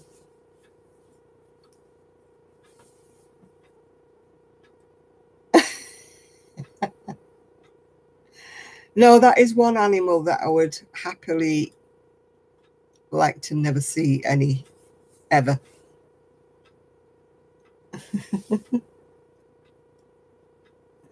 You look so young, Nathan. Honestly, you do on your photographs. When I saw a picture of you with your son, I thought you were brothers, you know. I didn't think you were his dad. You were such a baby looking. But it's nice when you look young, because I used to look young when I was young and I used to hate it. And people used to say, oh, you were a teenager. And I used to say, no, I'm not. I'm 20 something. No, no, no. And then when I got older, I was glad.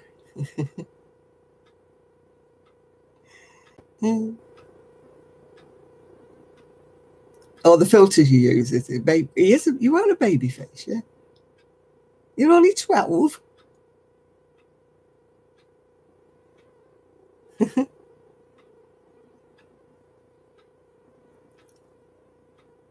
I look more baby face when I smile, but when I let my face go, it goes, and it goes into an old hag.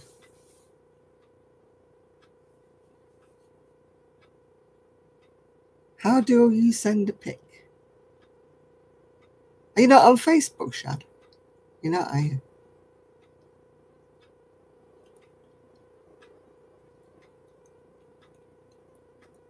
Well, you know, you can send me a photograph because you know my my email, don't you, Shad? I thought you did anyway. You don't have it? Oh, well. Everybody in the world has got my email address, so.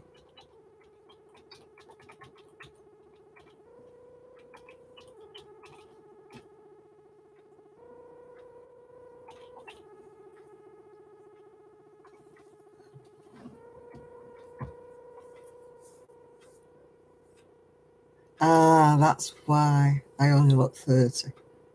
Oh gosh, when I was 12, I used to think everybody was about 90.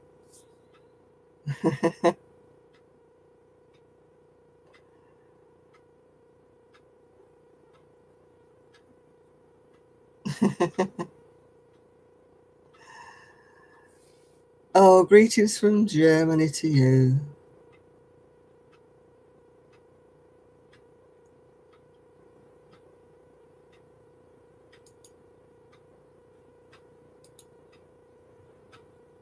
I'm getting lethal now if I don't know I'm going.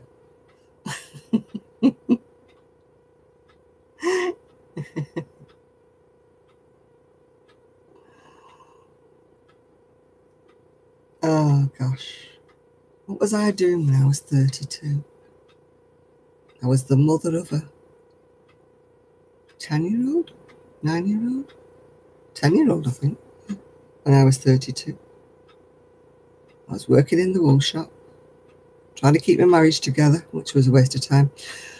That's what I was doing when I was 32. Wasting my life. But we won't go into that. Am I a mother? Yes, I have. I've got a son who's 50 in January. Yeah, but you didn't stay, did you, with your partner? You made the change, Nathan. So, but I was too stupid. I stayed in my marriage when I was bitterly unhappy.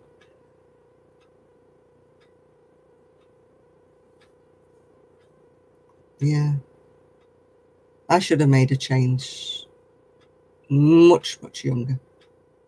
Oh, you're 95. All right. Okay.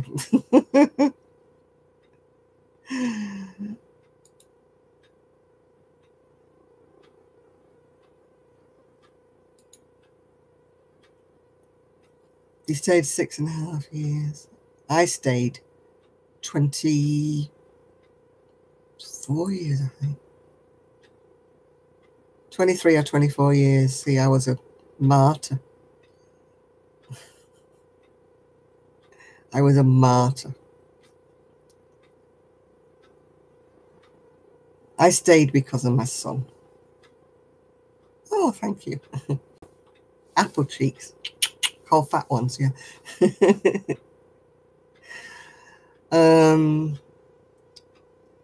Back in my day, Nathan, there was no help for a single mum. There was like no child benefit, no nothing.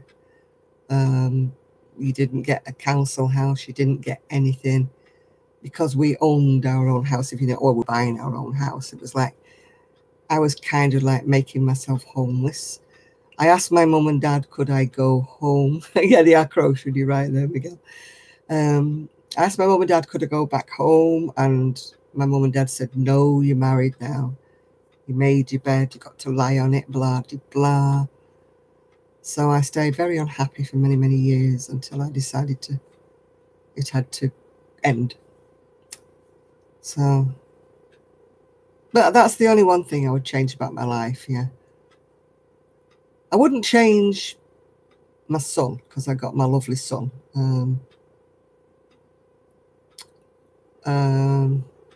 Out of it, yeah.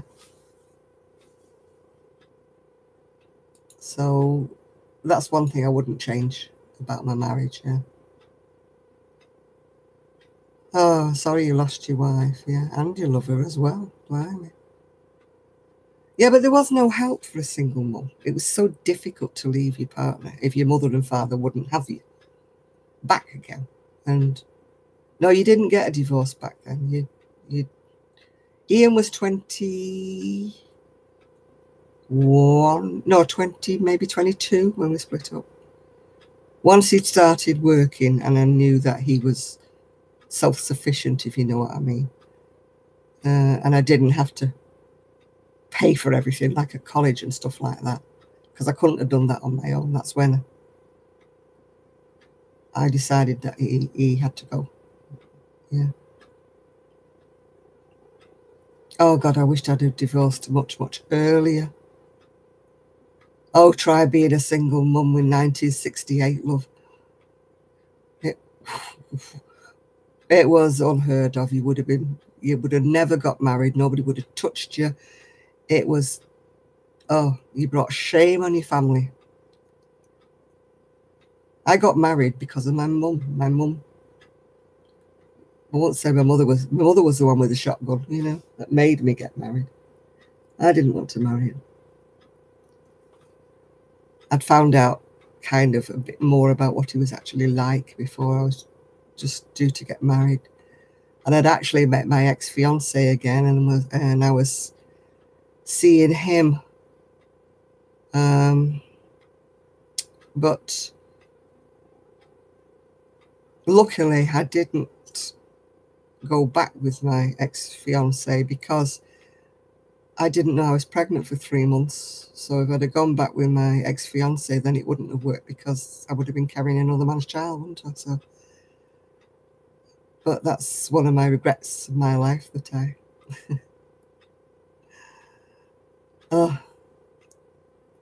But it's all water under the bridge now. It's nothing that I can change. Yeah, I couldn't have done that, Nathan. I couldn't have given him up for adoption. I couldn't have done that. I'd made a mistake and I was pregnant, but I would never have given up my baby. No, I couldn't have done that. So I don't know where I would have finished up. I presume my parents would have kept me. If I'd have stuck to my guns and told my parents I didn't want to get married, then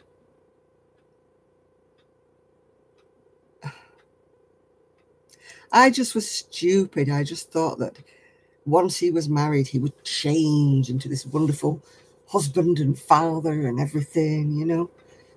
And it just didn't work. He was too young.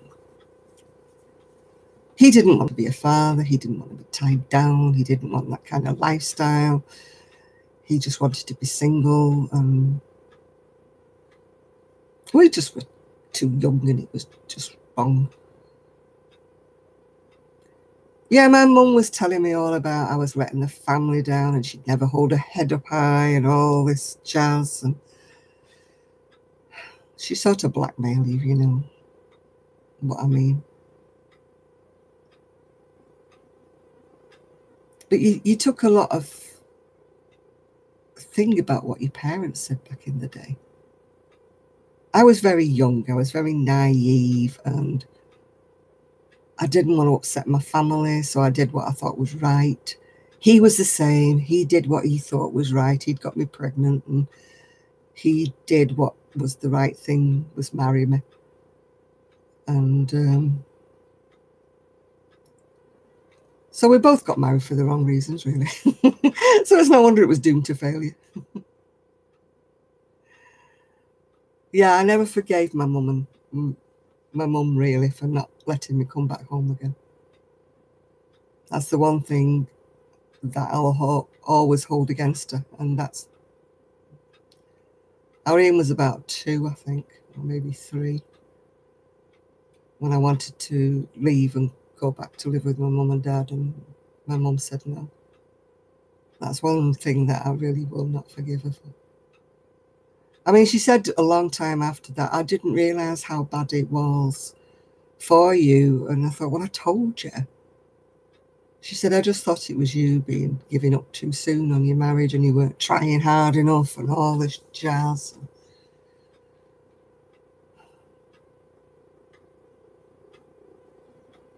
But it was a different era, you see. I mean, girls today, they don't. I won't say they don't get married. They don't even try to get married. they just get the baby and that's what they want. And, you know, that wasn't what I wanted. I wanted a husband and a baby in the right order. But I just realised sort of into my engagement that he wasn't the man I thought he was, you know. But it was back in before the days where you lived with each other and things like that, before you stayed the night with each other, and it was less of the done thing, if you know what I mean.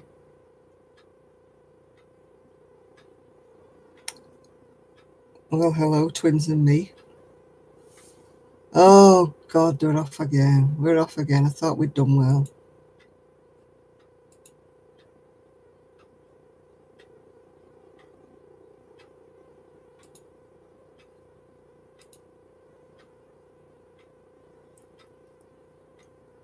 It was hard. There was a girl on the same road where I lived when I was married, and she had a baby out of wedlock, and oh my God, yeah.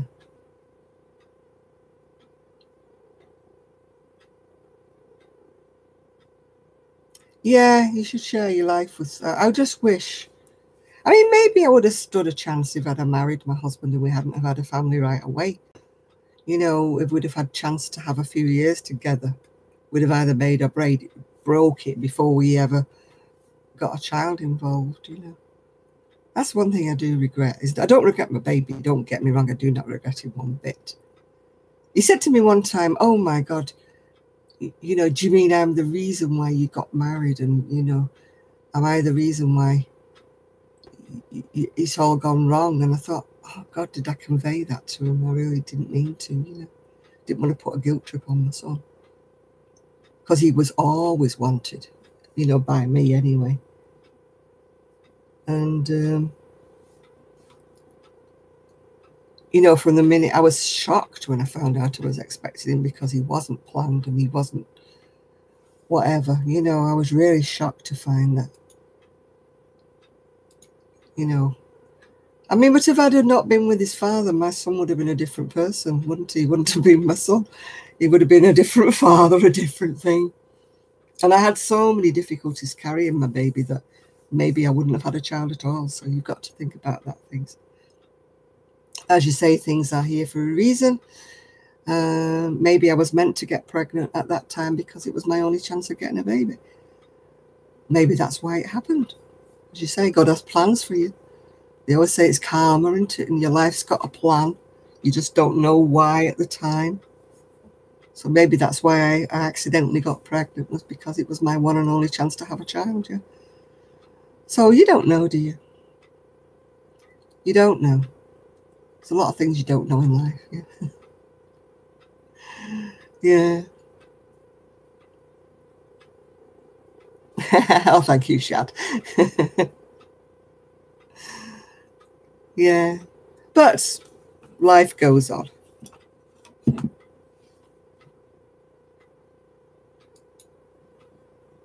But I would have liked more children, but it wasn't to be, was it?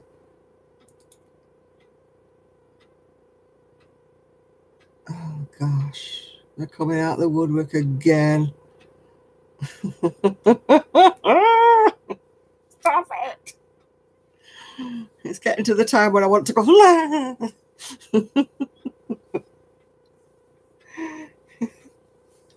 can't cope. They're getting to me, they're getting to me.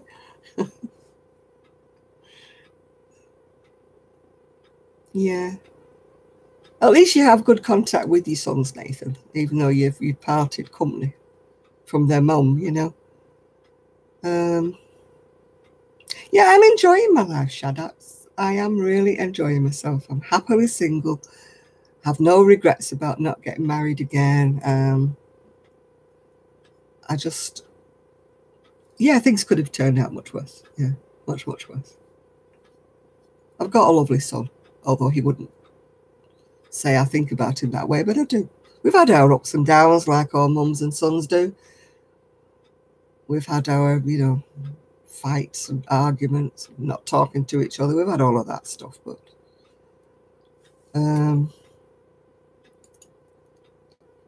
you know, it's by and large we get on now. I don't see a lot of him, but that's just because he's working. It's not because we've fallen out or anything. Yeah. You didn't see them for 4 years. That's tough, isn't it? I mean, that's one thing. I had issues with my ex, obviously, when we parted, but I never stopped him from coming to see his son, even though he had to come to my house to see him. I never stopped him coming, if you know what I mean.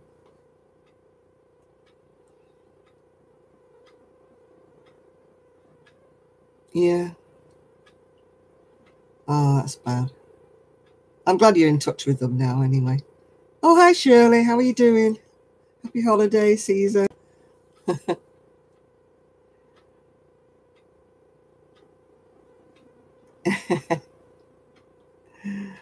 Did I tell you my new neighbour called? Well, the man did call the other day with a Christmas card for me.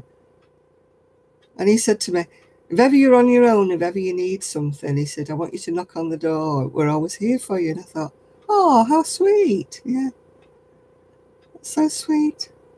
Oh, Merry Christmas, Colton. I thought that was so nice. I've not met the girl yet. I've not met the woman.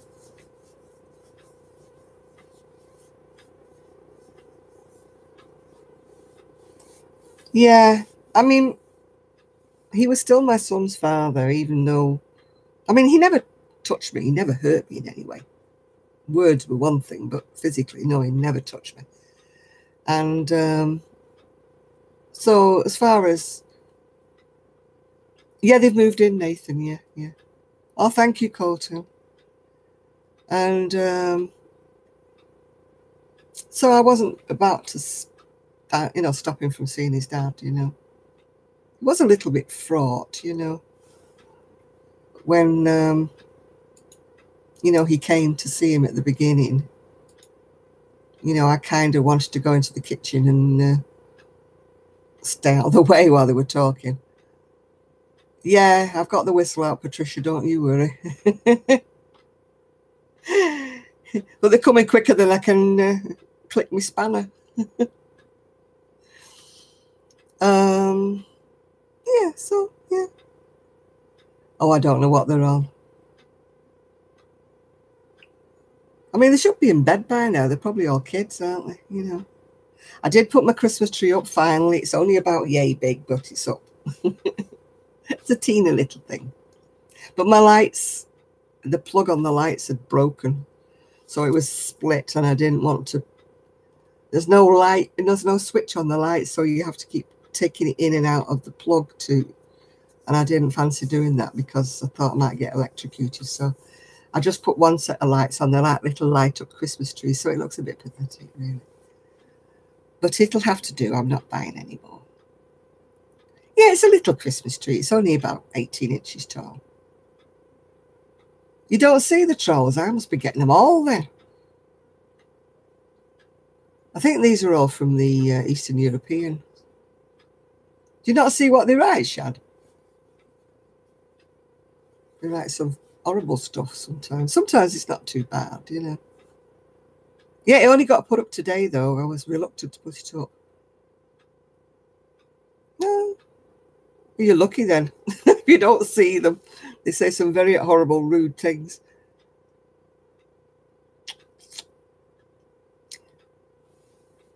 Yeah, well, I don't know whether I'll bother with new lights. I'll just get somebody to mend the plug. It's actually, the plugs come apart.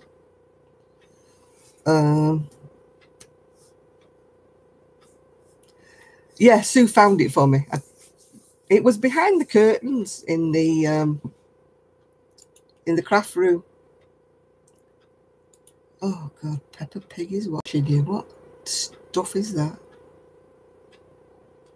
What a crap. Sorry for using that word on here, but I'm getting annoyed with the ball now. Yeah, I put a little video on my Facebook page with people who'd done. I'm very well, thank you. With just my neighbours just around me have just put their lights up on the outside, but nobody up the other side of the street's put any lights up at all, and Neither have I. Oh, they're horrible, aren't they? Who knows? Anyway, I'm going to be going in about 5 minutes. It's nearly 1 a.m. It's time for my beauty sleep because I really need it. And I'm getting tired anyway. I've got to psych myself up to do the cleaning tomorrow and the hoovering and the whatever. Yeah, it's that late. Yeah, it's 5 to 1 or 12:55 if you want to be precise. Is it not time for your bed as well, Nathan? See, I'm talking like your mother now. It's time to go to bed now, Nathan. Time to go up those stairs. You're staying up too late now. Come on. Time for bed. Where do I live? I live in Manchester in the UK.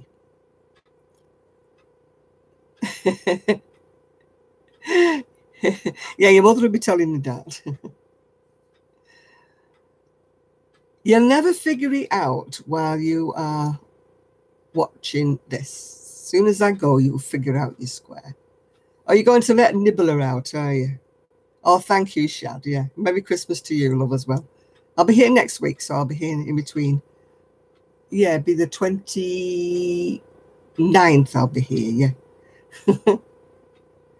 Yeah, everybody's going to have a very merry, happy Christmas. If we all make up our minds that we're all going to have a happy Christmas, then we will, yeah. No miserable thoughts, no pulling faces if you don't get what you want for Christmas. If you get another pair of socks, like, you know, don't worry about it. Just put them in your drawer and say, thank you very much. Yeah. Oh, I'm sure. Well, watch a video or something, yeah. Right, Amanda, you have a Merry Christmas too. And you, Miguel, and you, Colton. Yeah, have a nice Christmas. Everybody. That's Penny, Shad, Colton, Patricia, whoever's still left on here, Miguel, Nathan. If I'm sorry if I've missed anybody out, but that's as much as I can see on my, oh, Teresa. I can only see so much of your conversations, yeah. You'll wear yourself out, Nathan. Get to bed early. Have a nice, good night's sleep. Santa Claus won't come if you're a bad boy and you're staying awake, yeah? He won't come, you know. He won't. I've not seen him yet, ever. Oh, thank you, Colton. Yeah. I did think I saw him once when I was a little child. I did think I saw him. But... oh, your basic training page, and you are on the right of the man at the front. Right, okay, Patricia, we'll do that. Right, I really am going now because it's almost 1 o'clock and it's time for my beauty sleep because I really need it. So I'll say bye-bye, happy Christmas. Hope you have a wonderful time. And Santa Claus brings you lots and lots of presents. And if it sucks, just smile and say thank you very much. So bye, everybody.